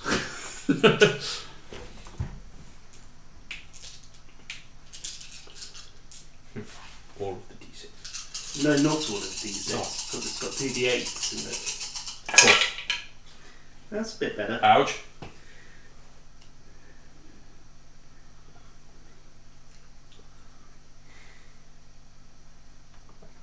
.36 psychic damage. As you throw the blade this time, you carve through a section of it, and you just see that flame that's within its head just sort of flicker and howl. Okay, that's the end of that turn. Brings us to Jumbo. Jumbo is going to follow orders. Jumbo may follow orders. He will need to get closer, I'm guessing. Yes, what's his movement speed? 20 foot. 20 foot, okay. So he can move 10. He needs to be within 5 feet. Shook, shook. He just pushes past you and the mechanical horse. Fine.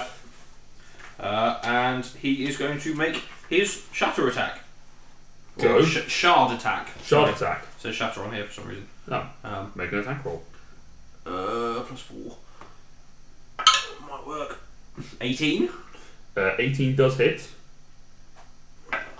3, 4, 6 points of slashing damage. How does he want to kill? Yes!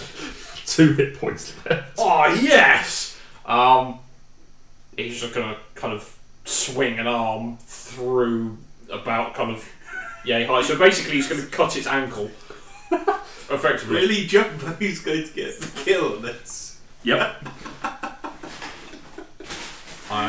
So as you swing, as Jumbo cuts in, his hand just sort of turns into a spike and just slashes through some of the veins, and you just see it sort of ooze out.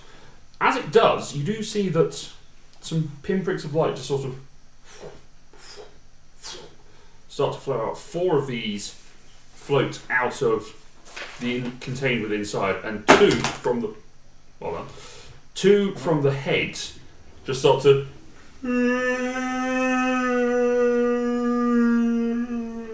out of it. Have I got any idea what they might be? Well, you see the 4 balls of light just start to float out. These small burning flames just start to appear out. Oh, I need my nipples, which are in that bag.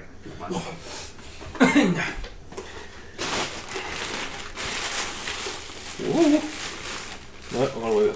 Nipples.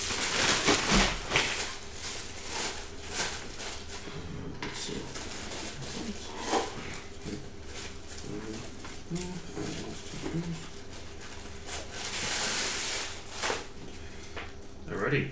As 4 balls of energy, tiny little balls, start to float out and surround. I'm going to move back to you, and he's going to be prone because of the sheer weight of mass on him.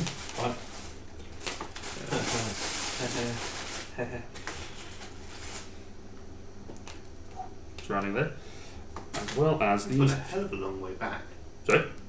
Trick got a long way away from it. It was Well, 15 feet. It was a gargantuan creature. So these balls of light start to make a religion check for me. Religion? Yes. Oh, okay. That was not the skill I was expecting.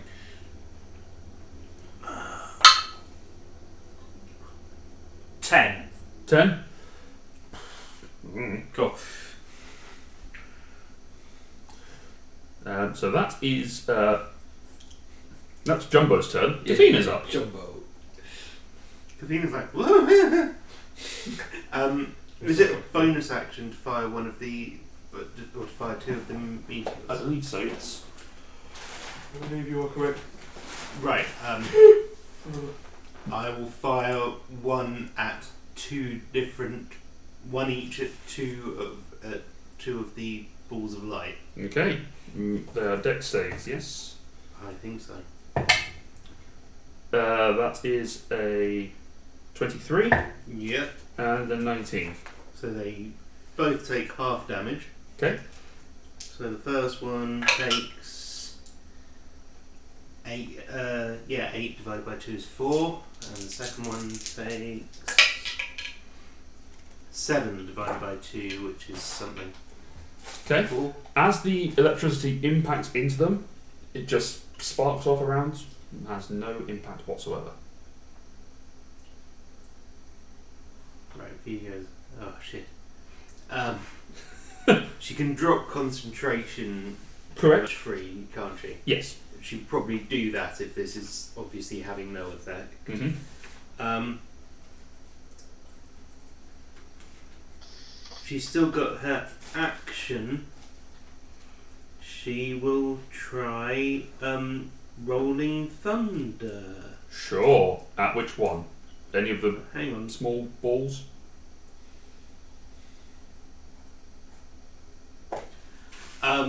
The one closest to her. Is she actually in contact with one of them? Close. It's pretty close. It's almost there.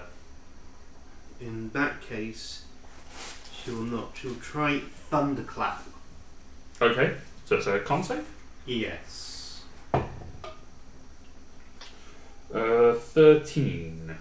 That fails. So, Thunderclap. Is that in Xanathar's?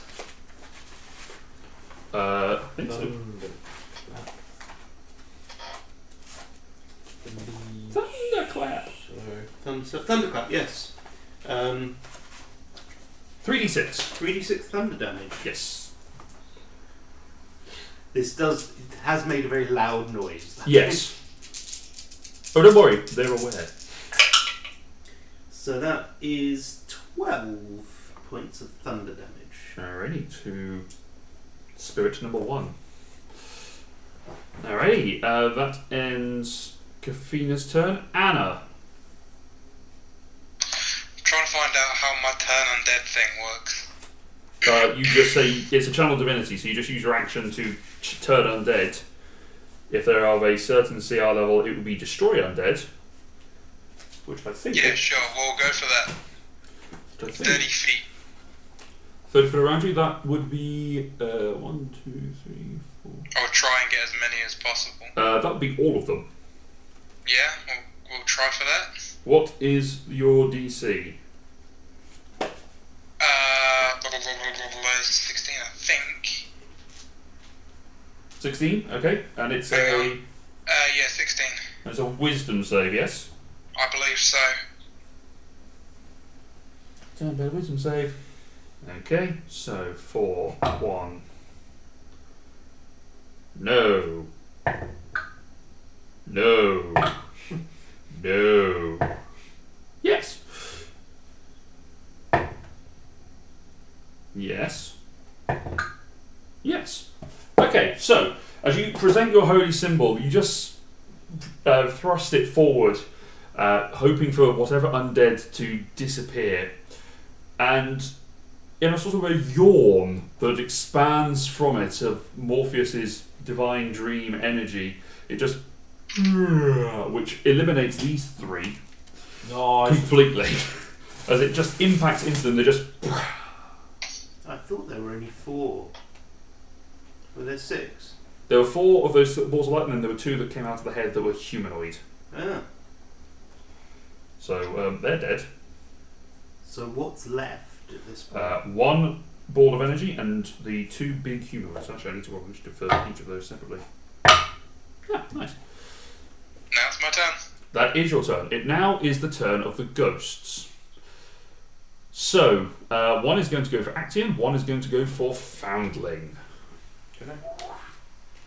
So, I need Action and Foundling to both make Charisma saving throws.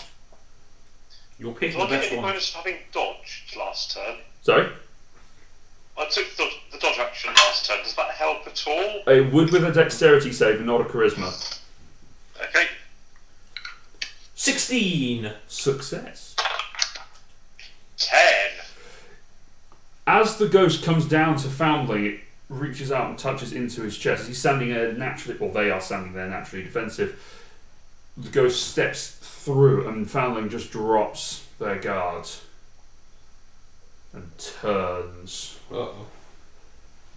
looking at Action. So, Foundling, you are now possessed. Ooh. Ooh. Put that on you.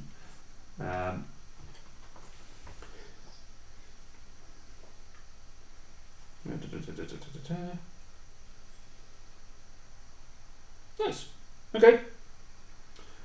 So that will end their turn. Brings us to Kalatar. Me already? Yeah. I will say, well done, Jumbo. Where? Sorry. Oh, is that Bink? Yes. Okay, cool.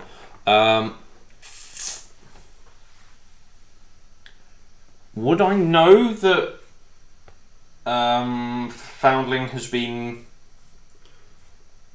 Not with the religion check you made earlier. You don't Cool, know that's fine. That's necessarily a thing that's happening. Cool, I will Eldritch Blast the 2 that I can see, therefore. Go for it. Make attack rolls. I will What's go the split? 2 against the white one. Okay. Racist. Okay, against the Simpson. So 2 against that. 13. Against The white one. hits. Wow. So the 12 on the dice does. Yes. And the other one is a 24. Hits. Oh, you pillock. Sorry, I'll roll all 3 at the same time thinking. It won't matter. It does matter. 8 to the white people. Okie dokie. And 6 to the yellow one. 6 alrighty.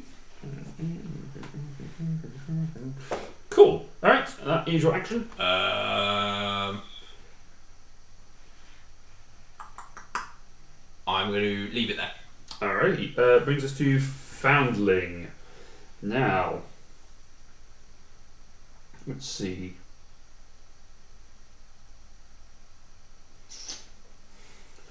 I think from this, you do not have a turn because you are technically possessed by the ghost. Ooh.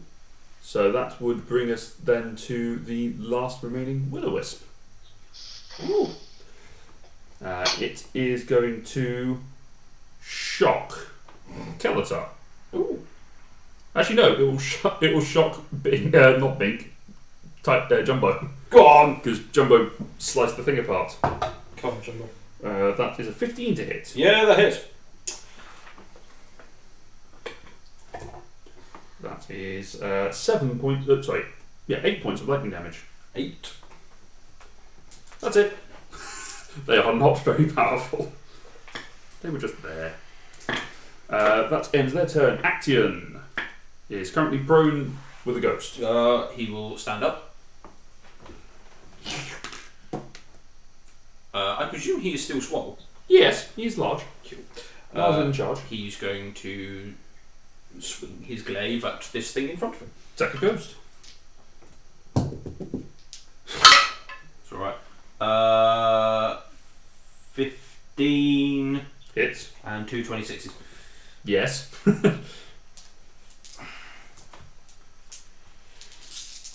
3d8.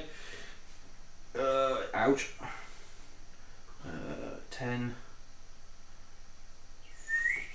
15, 20, 26, 36.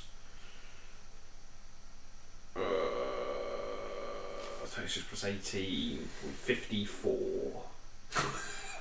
With 3 mighty swings of his glaive, he hacks through the ghost, Yeah, I thought you might. and it vanishes into the ether. I thought it would. Yeah. Just it, because he hasn't really got anything else as a bonus action. Second wind, that's about it. Sure, he's got a second wind because he's running a bit low, and I don't like other people's characters running low. 9 Plus 11, 21?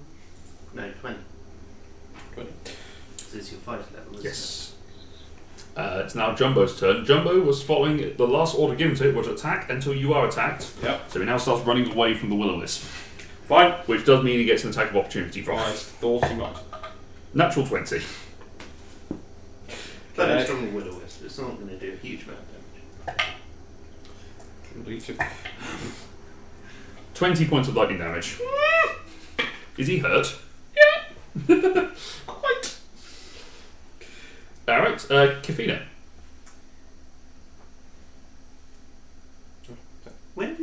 When's Trickster? Oh, sorry, Trick is after Action. Sorry, Trick. Yeah. Trick, you're up. Okay, so bonus action, he's going to resummon the blade to his hand. Yep. Then he will move 15 feet back to. Is he within 20 feet of the Will-O-Wisp? No. Damn. Just 25 feet away. Okay, is the Will-O-Wisp in melee with anyone else? Technically, it is with Bink.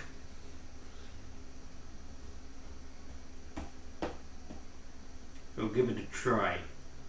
Okay, So I'm within 60 feet of the Will-O-Wisp, so you have disadvantage. but I have advantage because it's still dim light. That's true, So so you straight have roll. neither. Yes. So give it a try. That is a 27. Hits. Do I get sneak attack? No, because you had disadvantage on the attack roll.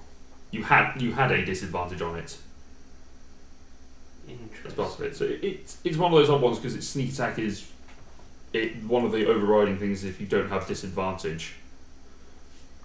Yeah, so technically you don't have either. So no, that's fine. Go for it. throw in those d6. I mean, likelihood is you kill it anyway because it's not got a huge amount of hit points.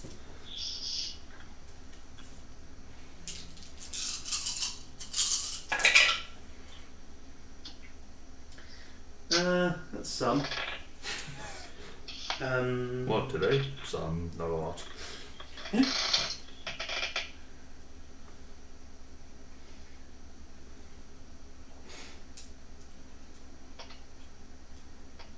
$36. Yeah, it's got. Psychic damage, unless it's That's a good point. immune to psychic damage or anything like that. Nope, it's not. Because it is a spirit, so the blade of pure shadow and darkness impacts into this glowing ball of energy, and you just suddenly hear it as it vanishes. Gone forever. Brings us to Kafina's turn. As far as Kafina's concerned, the last ghost has disappeared. Is everyone alright? Bink scrapes a hoof. She might actually move back to Bink and climb back into the saddle. Yeah, get back on Bink. Just kind of go for the record, when Bink isn't on the field, that's because she's mounted. Anna? Yeah, would Anna know how to deal with Will-O-Wisp? Make a religion check. Ooh, might. Unnatural 20. Yeah, generally killing them works. Yeah, but it's inside my friend, so... With that religion check, that would also tell you that that was not a Will-O-Wisp that has entered into Foundling. Oh. Well... that would be a question for another turn. It would be. That was what I was aiming for. In which case...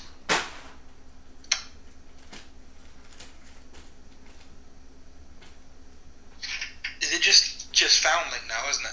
Just family, yeah. Can I debilitate?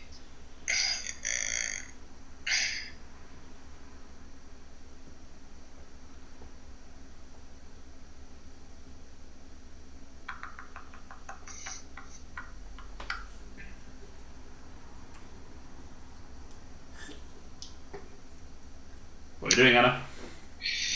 I will hit him with a guiding bolt level. Go for it, make an attack roll. I have no other. Oh, I've missed my tray. 18 plus 8, so 20 something. 26. What's your armor class, family? 19. So that hits. Roll damage.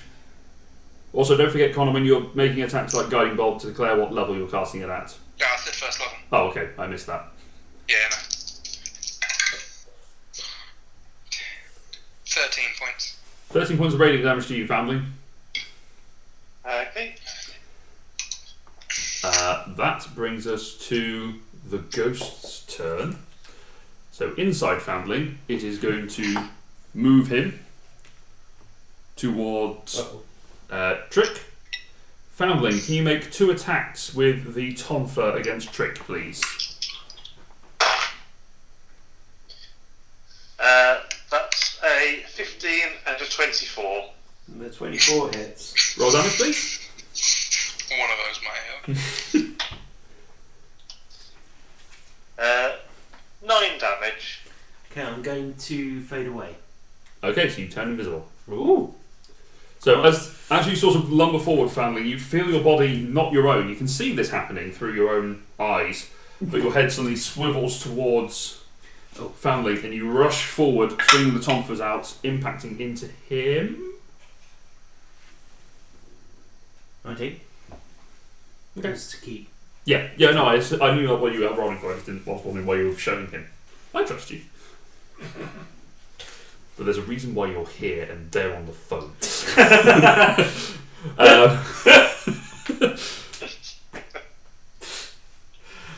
Anyway, so you swing out the tonfa and impact into Trick. The first one you sort of manage to hold back enough so he can step out of the way. The second one you just clonk him in the side of the head and he sort of go, whoosh, vanishes in front of you. You're confused, but you now can't do anything as the ghost now turns you towards Action. But that's it, because it doesn't have access to your class feature, so it doesn't have the ability to wail on people with flowing blows. So that ends its turn. Kalatar. Isn't extra attacker class feature? Sorry? Isn't extra attacker class feature? It's a good point. I'll remember that for next turn. Okay. That seems like an oversight. What, on my part or on theirs? No, on the part that seems like something that shouldn't be included in that. You know, 'cause Yeah, it's so basic to part of anything an that action. has. Yeah. I will stand there and go, what the hell? There is nothing I can do. There are When- plenty of things you can do. Yeah. When Anna attacks Yes. Family. Foundling, did it seem like the damage was done from where I was standing to Foundling or to the thing? There appeared to be 2 family. Yeah, that's what I figured. Family is the one that is now glowing. Didn't see any reaction from Ghost. Yeah, again, that's what I figured.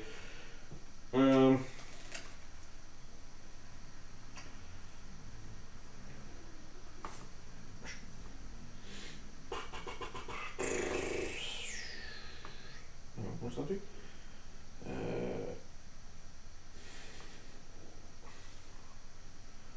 don't know. I am going to hold a guiding bolt From the robe. from the robe. Trigger being can't think how to put it into words. Knowledge that I'm actually attacking the ghost rather than foundling. Okay, what level are you casting it at? Ghost. First level guiding bolt. Okay, cool. So you're targeting a ghost, waiting to target the ghost rather Yeah, than foundling. if somebody says if I hit it with it, it will do more damage to hit the ghost than foundling, then I'll set it off. But Foundling, you are contained within your body. You are unable to do anything. Action! To a certain extent, as far as Action is aware, all of the ghosts have gone, apart from Foundling, who's just lumbering around and attacking Trick. Mm-hmm. But given that he's new to the group, he's probably a bit unsure what's going on. Yes, true. Fair. So he is going to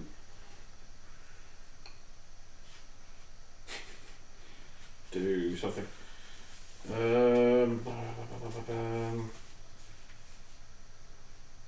He is going to hold a glaive attack for if Foundling and the Ghost come in and do melee range. Okay, so holding an attack for when he comes into range. Gotcha. Trick.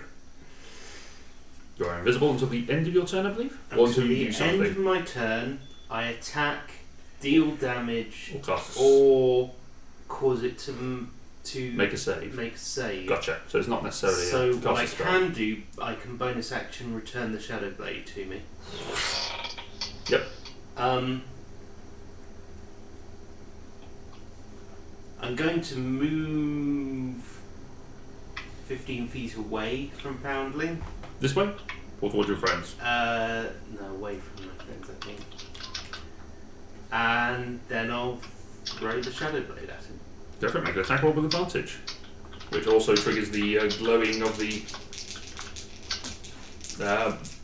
guiding bolt that's previously cast on him. It's not very good actually. With advantage? Yeah, even so. Okay. 15.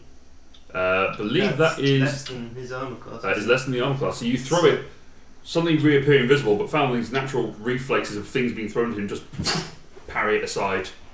In fact, he might be able to. He doesn't have the access to his class Oh, features because Yeah, I rolled a 4 and a 6. Wow. Now you're visible, so that's a problem. Yeah. That Use my movement action and bonus action. gotcha. Brings us to Jumbo, who the last command was to keep running, so he's just going to keep running off into the jungle. Oh, balls!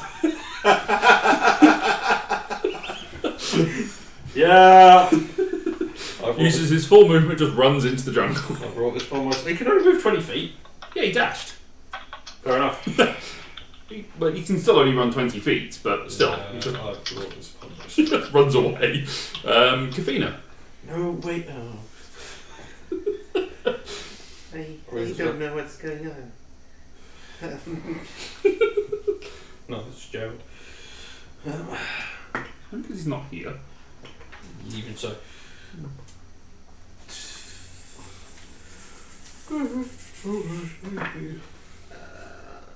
Just checking something. I've been at work.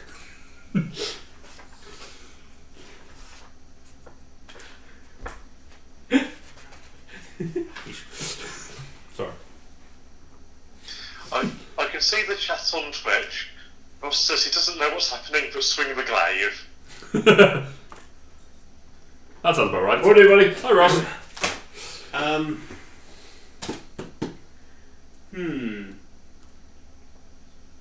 Venus doesn't know what to do. Make a religion check for Kafina. Oh, God. Why not? To see whether she knows about ghosts. See if she knows about ghosts. Hey, ghost.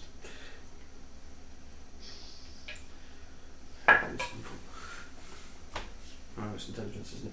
14. 14, she's heard ghost stories. There's a little bit about ghosts. It's not really her main area of No. expertise at all, in the slightest. She going to cast a spell, or hold an action, or just leave it?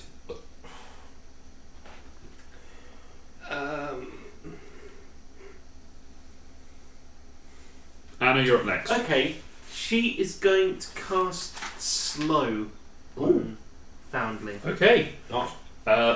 Foundling, make for me a wisdom saving throw, please.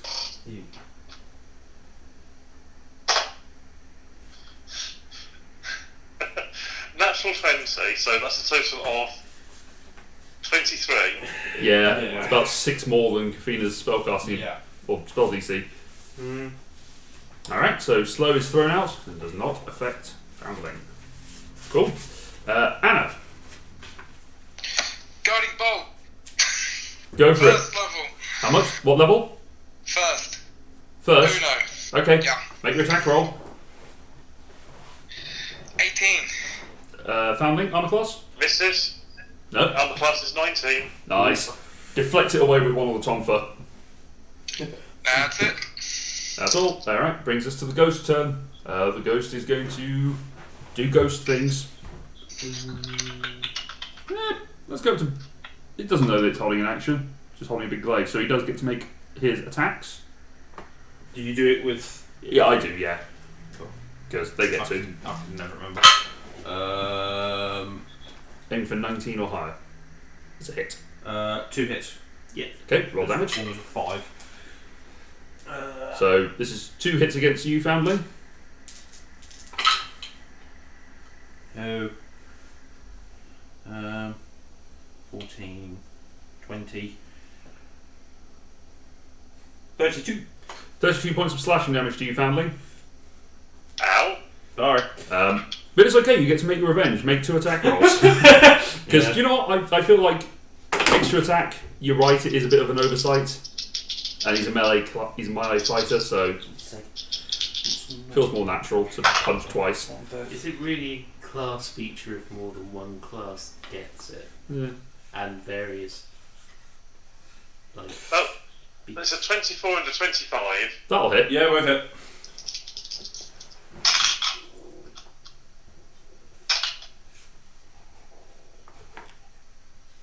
For a total of 21 damage. 21 points of damage to Actian. Okay. Keltar, you're up. Clack, clack. Thunk, thunk into Moose knees.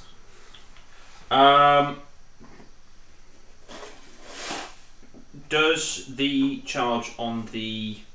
It gets expended because you've cast the spell. No, that's fine. That's fine. I thought it would, but I wasn't sure. I'm actually now going to actually cast it rather than hold it. Out level. Out the first again. Okay. Attack roll. 25. Hits. 46. I left the d6 behind. For the rogues. Get the d6s. 8. 3 ones. 8 points of radiant damage to you, Foundling. Okay. How bad is Foundling looking? Probably 5. Pretty bad. Down to about a fifth of my max hit points. Okay, so below 20. I'm Just guessing. above 20. I'm guessing I. So Don? Just above 20. Oh, okay. I'm guessing I can't make another check to try and work out what the hell's going on, given that I made one earlier. Make a history check. So this is a different thing. This is searching your knowledge to see if you've heard anything about this. Definitely got 13. 13? No. No. A tale of 4 great heroes who weren't afraid of no ghost. And then they were replaced by 4 women for some reason. Yeah. I've never seen any of the Ghostbusters films, but I've heard that that one didn't do well. Yeah. Anyway, alright. Oh! I will also shout, Jumbo, stop! Roll a perception check to see if Jumbo hears.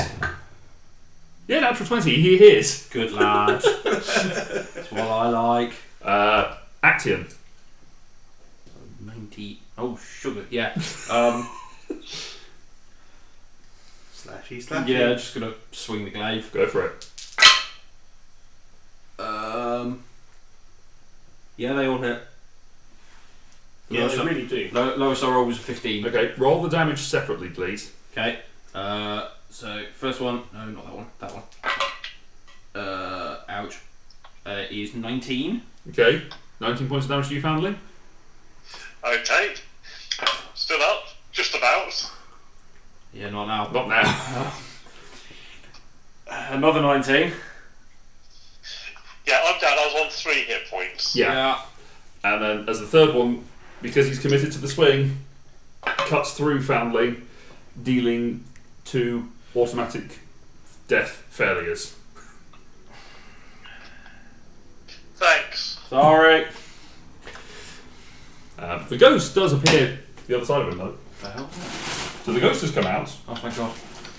Isn't there only one failed death save? No, because it's a melee crit. So it's Is 2 it failed melee? death saves. I thought it was Eldritch. No, it was a Oh, no, glaive exactly. I'm sorry. Yeah, no. That's okay. Trick. You're up as Acting goes, uh-oh. yeah, pretty much. Bonus action, get the sword back. Yep. Get within 20 feet of the ghost, but not too much closer. Yes. And chuck it at him. Go for it. Make an attack roll.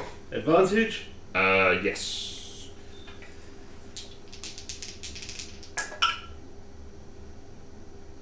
Uh, 19. Yes.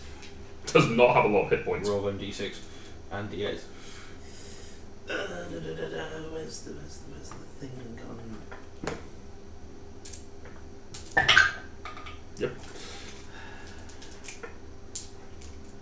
I don't like it. He rolled a load of dice and said, yep.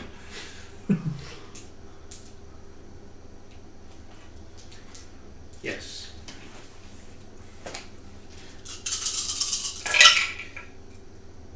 Ooh. That's really quite a That lot. was painful just from here. This I is can't against the ghost. I can't see It half, is against the half ghost. of the dice.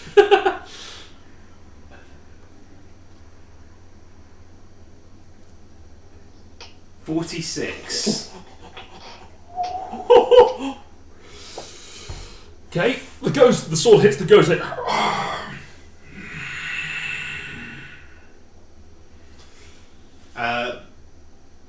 I've used everything, haven't I? Damn. what? Nothing? You're pulling that face. Nothing. Did you stat check? No. I'm just amazed that it's got this many hit points. I don't know what it's got, but more than I. That's it. Yeah. Brings us to Jumbo, who just. Oh, good. Good. Kavina. Now that looks like something I should kill. Yeah, that's a favourite. Oh. Do some ghost kill. Sunbeam! Just boom. Okay. Sure. Oh god, no, hang on. Let me. Wait. I know how Sunbeam works. This is a silly idea. No, not Sunbeam. No, hang on. She can move. Yes, she can. She's She's on- mounted. She's on Bink, so she can move to there. How much speed has Bink I'm got? afraid of no ghost. Bink is, yeah, no, we've got a ghost in the house apparently. Bink is a deer. Just a deer. Such a nice little Bink. I don't. Monster manual. Is it my Under your cricket. Oh yeah, so it is. As is always the problem, the deers are under the cricket. First place roll. You are just an elbow on a camera now. No, I'm not even in. Now you're just a 50 feet. yeah, move 25. so she can get to there. Yes. Maybe even to there, just to be Yes. safe and angle it properly. Yep. Yes, then she'll cast something. Thank you for not sunbeaming Everyone. Actium and Foundling. It's a con save? Yes, it is. 17. Damn it. Passes, so it takes half damage. I mean, it has 1 hit point left. I was going to say. So I was going to say, however much damage it is, it's going to kill her. Yeah. So is it as she rushes round, having watched the glaive of Actium slashing through, she runs around and thrusts out the sunbeam, impacting into the ghost and watching it. That sort of a nice symmetry of having the shadow blade in the chest and then the light beam just blast the face off as it bashes. And then she's going to say, "Someone help Foundling!" Anna. Is Foundling down? He's unconscious, yes. I will hit him with my healing first level. Okay, first level healing word. I'm going to assume that was. Sounds like he Because was. we got a first level healing. That was it. 6 points of healing. 6 points back to you, Foundling. You are conscious, but face down in the mud. Where is the ghosty ghoul? Gone. It was dissolved by a giant sunbeam to the face. Then, What a way to go. we're done, right? Yep, that's in the combat. Sweet. Just so he's not dying. That's me. Alright, so we are now out of combat. I will do something vaguely useful.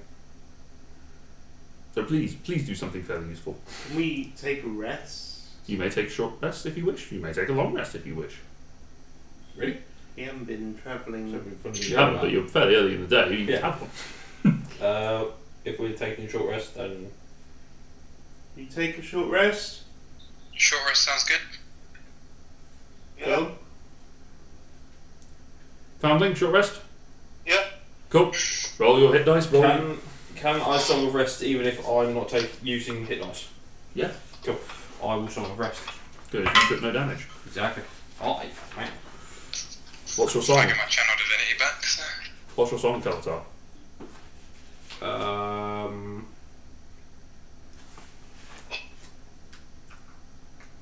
can't think of the words now. I had a song. I actually, for once, I actually had a song in my head. When I get that feeling. No, that's a cliche.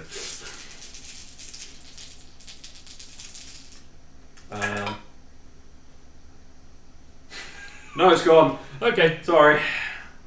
So an extra 5 hit points from the Song of Rest to those who need it. Don't know where it is. Where is it? Oh no, that's Centurions. Where is it? 30. What are you looking for? 9. Oh no, I can just use it whenever we have a rest in it. Sorry. Never mind. That nearly gets me back to full. That's alright. Can I also attempt to mend Jumbo slightly? You can certainly try. Can I cast mending on him? You cast Mending on him. And we said that during a short rest, the Mending would do a hit dice. What is his hit dice? They can fade away. D6. Fade away returns on a short rest. Yeah, nice. 5. Does he get the Song of Rest as well? Yeah, sure. So 10. Mhm. That's better. That's Foundling rolling his dice. Fade away Very is well. great. It is pretty good. So what does that put 27. out of 45? 5, yes. Does he reach in on a long rest? No, he needs to be in a workshop to be fixed. I can mend him slightly. Yeah. small fixings, but not anything huge.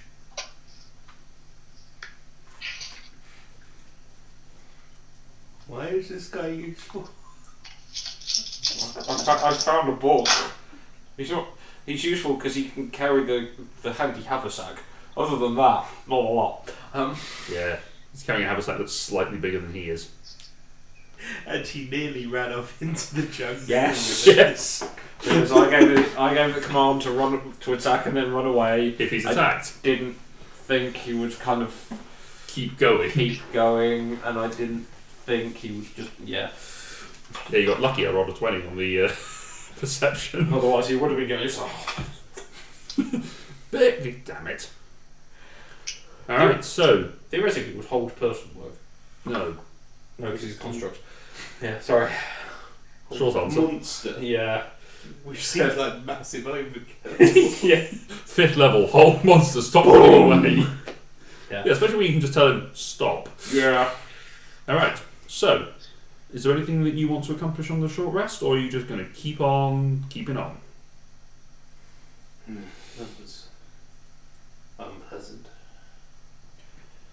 Rather. Might I suggest that we don't tread in That any was more? horrifying. It was surely more horrifying for you and Naxian because you were, inside that giant thing. It was.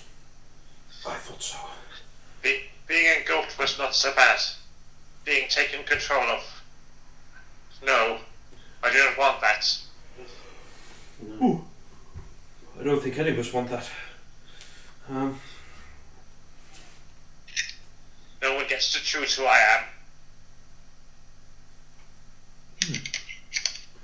Well spoken. Yeah, it's a good way of looking at it. Admirable. Commences. So, what's next? What are we doing? We're heading north, looking for a pair of pears. Blue Or pair of pears. What time of something. day did we start walking? Did we get off the... Fairly, maybe 9-ish Oh in the morning. Right. Oh, we've been going for about 2 hours. Well, we need to keep going. Mm-hmm. So, set off. So many ghosts in this house. You set off, heading north, following the stream. Who is taking the lead? Make a perception check. Okay. It's not the skill I was expecting again, so that's cool. 22. 22. Okay. You're looking around. You sort of keep your eyes open for just watching anything unusual. You do see occasionally large ape-like creatures just sort of swinging through the trees. You sort of watch them for a little bit as they go past. After maybe a couple of hours, you start to see the sort of flickering of what looks to be some sort of fire. Okay. And as you sort of take a moment and take your telescope out to have a proper look through the trees, you see that there is a small hut that is interwoven. Hut. It's looks like it's been built out of one of these mangrove trees that just sort of comes in. They've just boarded up in between the roots and drained away the water. You actually see that there is a depression underneath it where the water appears to have been sucked out and diverted. Okay. How far off the track that we're following effectively would it be? Be about 60 feet. Okay, not far. I will point it out to the rest of the group Mm-hmm. and say, I don't know if it means anything or if it's relevant, but there is a small hut over there with a fire. I don't know if we need to investigate it or leave it where it is and hope that whatever's there won't hurt us further.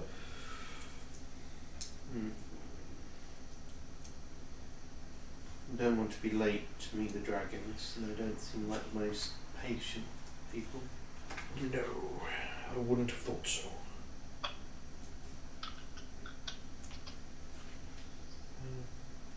What does everyone else think? I want to get this done and get out of this place as soon as possible. I mean, that's good.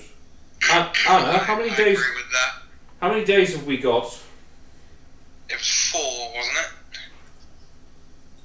it? Okay, so yeah, we need to. Yeah, okay, we'll. No. You probably about 4 coming up to 3 days left. Right. Okay. Yeah. At which point, I'll say, well, we might as well. Help! Help me! We all heard that, right?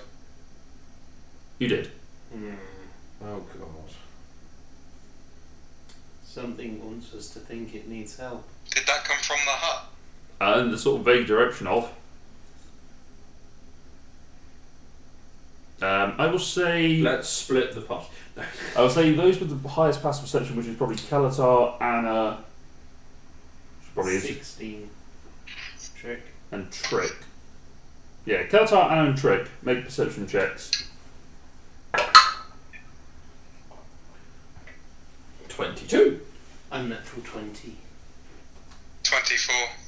Okay, you all see, as well as hear, as the cries of help me do continue, that there is a rattling of the door that is within the hut. It's rattling from the inside. Yes, like somebody's trying to get out.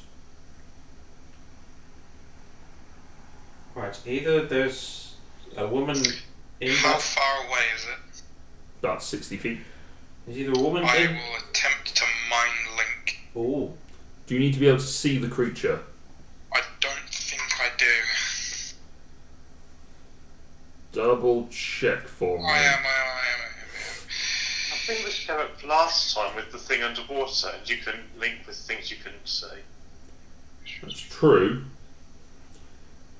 Yeah, I need to see it. 110 feet. Yeah, I think you had just in line of sight. You could just about see the Zyme, but no, you can't see anything. You just see a rattling door. So either there's something in there attacking a woman, or there's a woman locked in and she can't understand how to open a door. Or something is making a sound like a woman and wants us to think that there's someone in trouble. I think we should ignore it. We cannot pass it by. We should go to help if we can. Can I cast spiritual weapon and attempt to knock the door off its hinges from 60 feet? Yes, you can make an attack roll with your spiritual weapon. Oh, please. Oh, that'll help. Crit. Yeah, roll damage. It's just What's the hit points of a door? Some. 40. 20 points of damage. As you swing this large, what weapon do you summon? It would just be a mace. Large mace just goes slams into the door. It gets blown backwards, and a young woman, human woman, about maybe late teens, early 20s, raven hair, comes rushing out, wearing very ragged clothing that just about covers everything. As she just sort of rushes out, sees the mace floating in the doorway, is looking around, cannot see you guys. Can I see anything inside the hut from where I am? Make a perception check at disadvantage. Yeah. You. Wow, keep rolling 14. But that one is a 12. 12? Okay. No. No. Apart from maybe a shelf. Cool. Just near the door. The shelf is important. The DM mentioned it. It must be important. It's a chair. Now can I mind link with it? Yes, you can do. You can see it now. See if that happens. Okay, you mind link with her. You can't read thoughts. No, but I can now speak to her with as long as she's within 110 feet. You can do, yes. Can I ask her what she's running from? I'll try and pretend that I'm sort of, like, voice from the sky, if she can't see me. Okay, you hear, the hags! The hags are after me! The herds? Hags. Oh, the hags! They locked me inside. They told me they were going to sacrifice me. Do I believe her? Make an insight check. 30. 30? Oh, wow, 13 plus 8. So, yeah. What? So 21? Yeah. Nice. There is some truth to the statement. What, there are hags? There are well, you don't know which part, you just know there is some truth to it. I turn to the others and relay that there are hags and some sort of sacrifice for a ritual, but I'm not overly keen on this person. Which, as soon as you say that, I need for all of you to make a dexterity saving throw.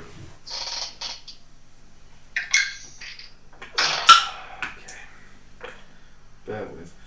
I get advantage Why do you have advantage? because I'm concentrating and I have Warcaster. You don't have advantage on dexterity saving throws, you have advantage on concentration checks. Oh, well, I got an 18 on my concentration check. And dexterity. What are you concentrating on? The mind link. Spiritual weapon. Spiritual weapon's not concentration. Is it not? Nope, spiritual weapon isn't. 3, 4, 14 for a dex save anyway. Oh god.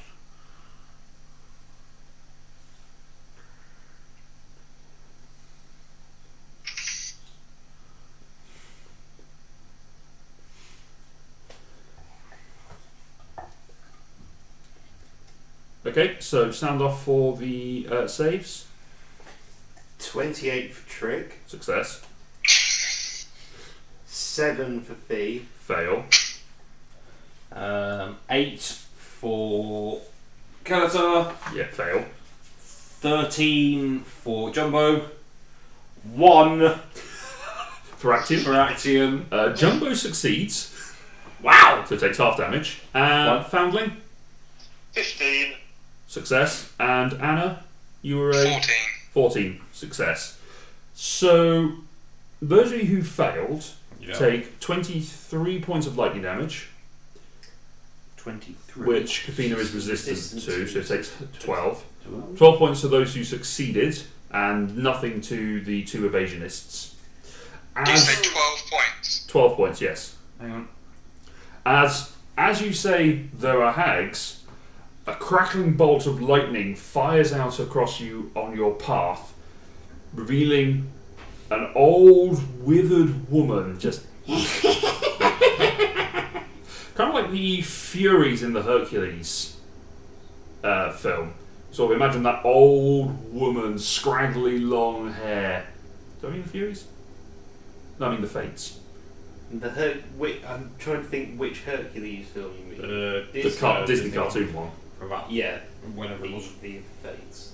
But with long, scraggly white hair, robes that just sort of hang about them that are all moss and lichen stained, dark green skin as she sort of waves her hand in front of her. And that is where we're going to end tonight's session. Fair. Pack time! So, we're going to pick that up next week and see where this takes us with the hags. So, thank you very much for joining us, everyone. Dom and Connor, thank you for joining us remotely. Thank you. I hope that was not so bad for you guys. Once things worked, it was fine. Yeah, once it gets working, it's okay. So, we shall pick that up next week and see how it goes. Thank you very much for joining us. Keep yourself safe, look after each other, and survive until Friday. That feels really in poor taste to say that at this particular time, but it's kind of my thing at the moment, so good night.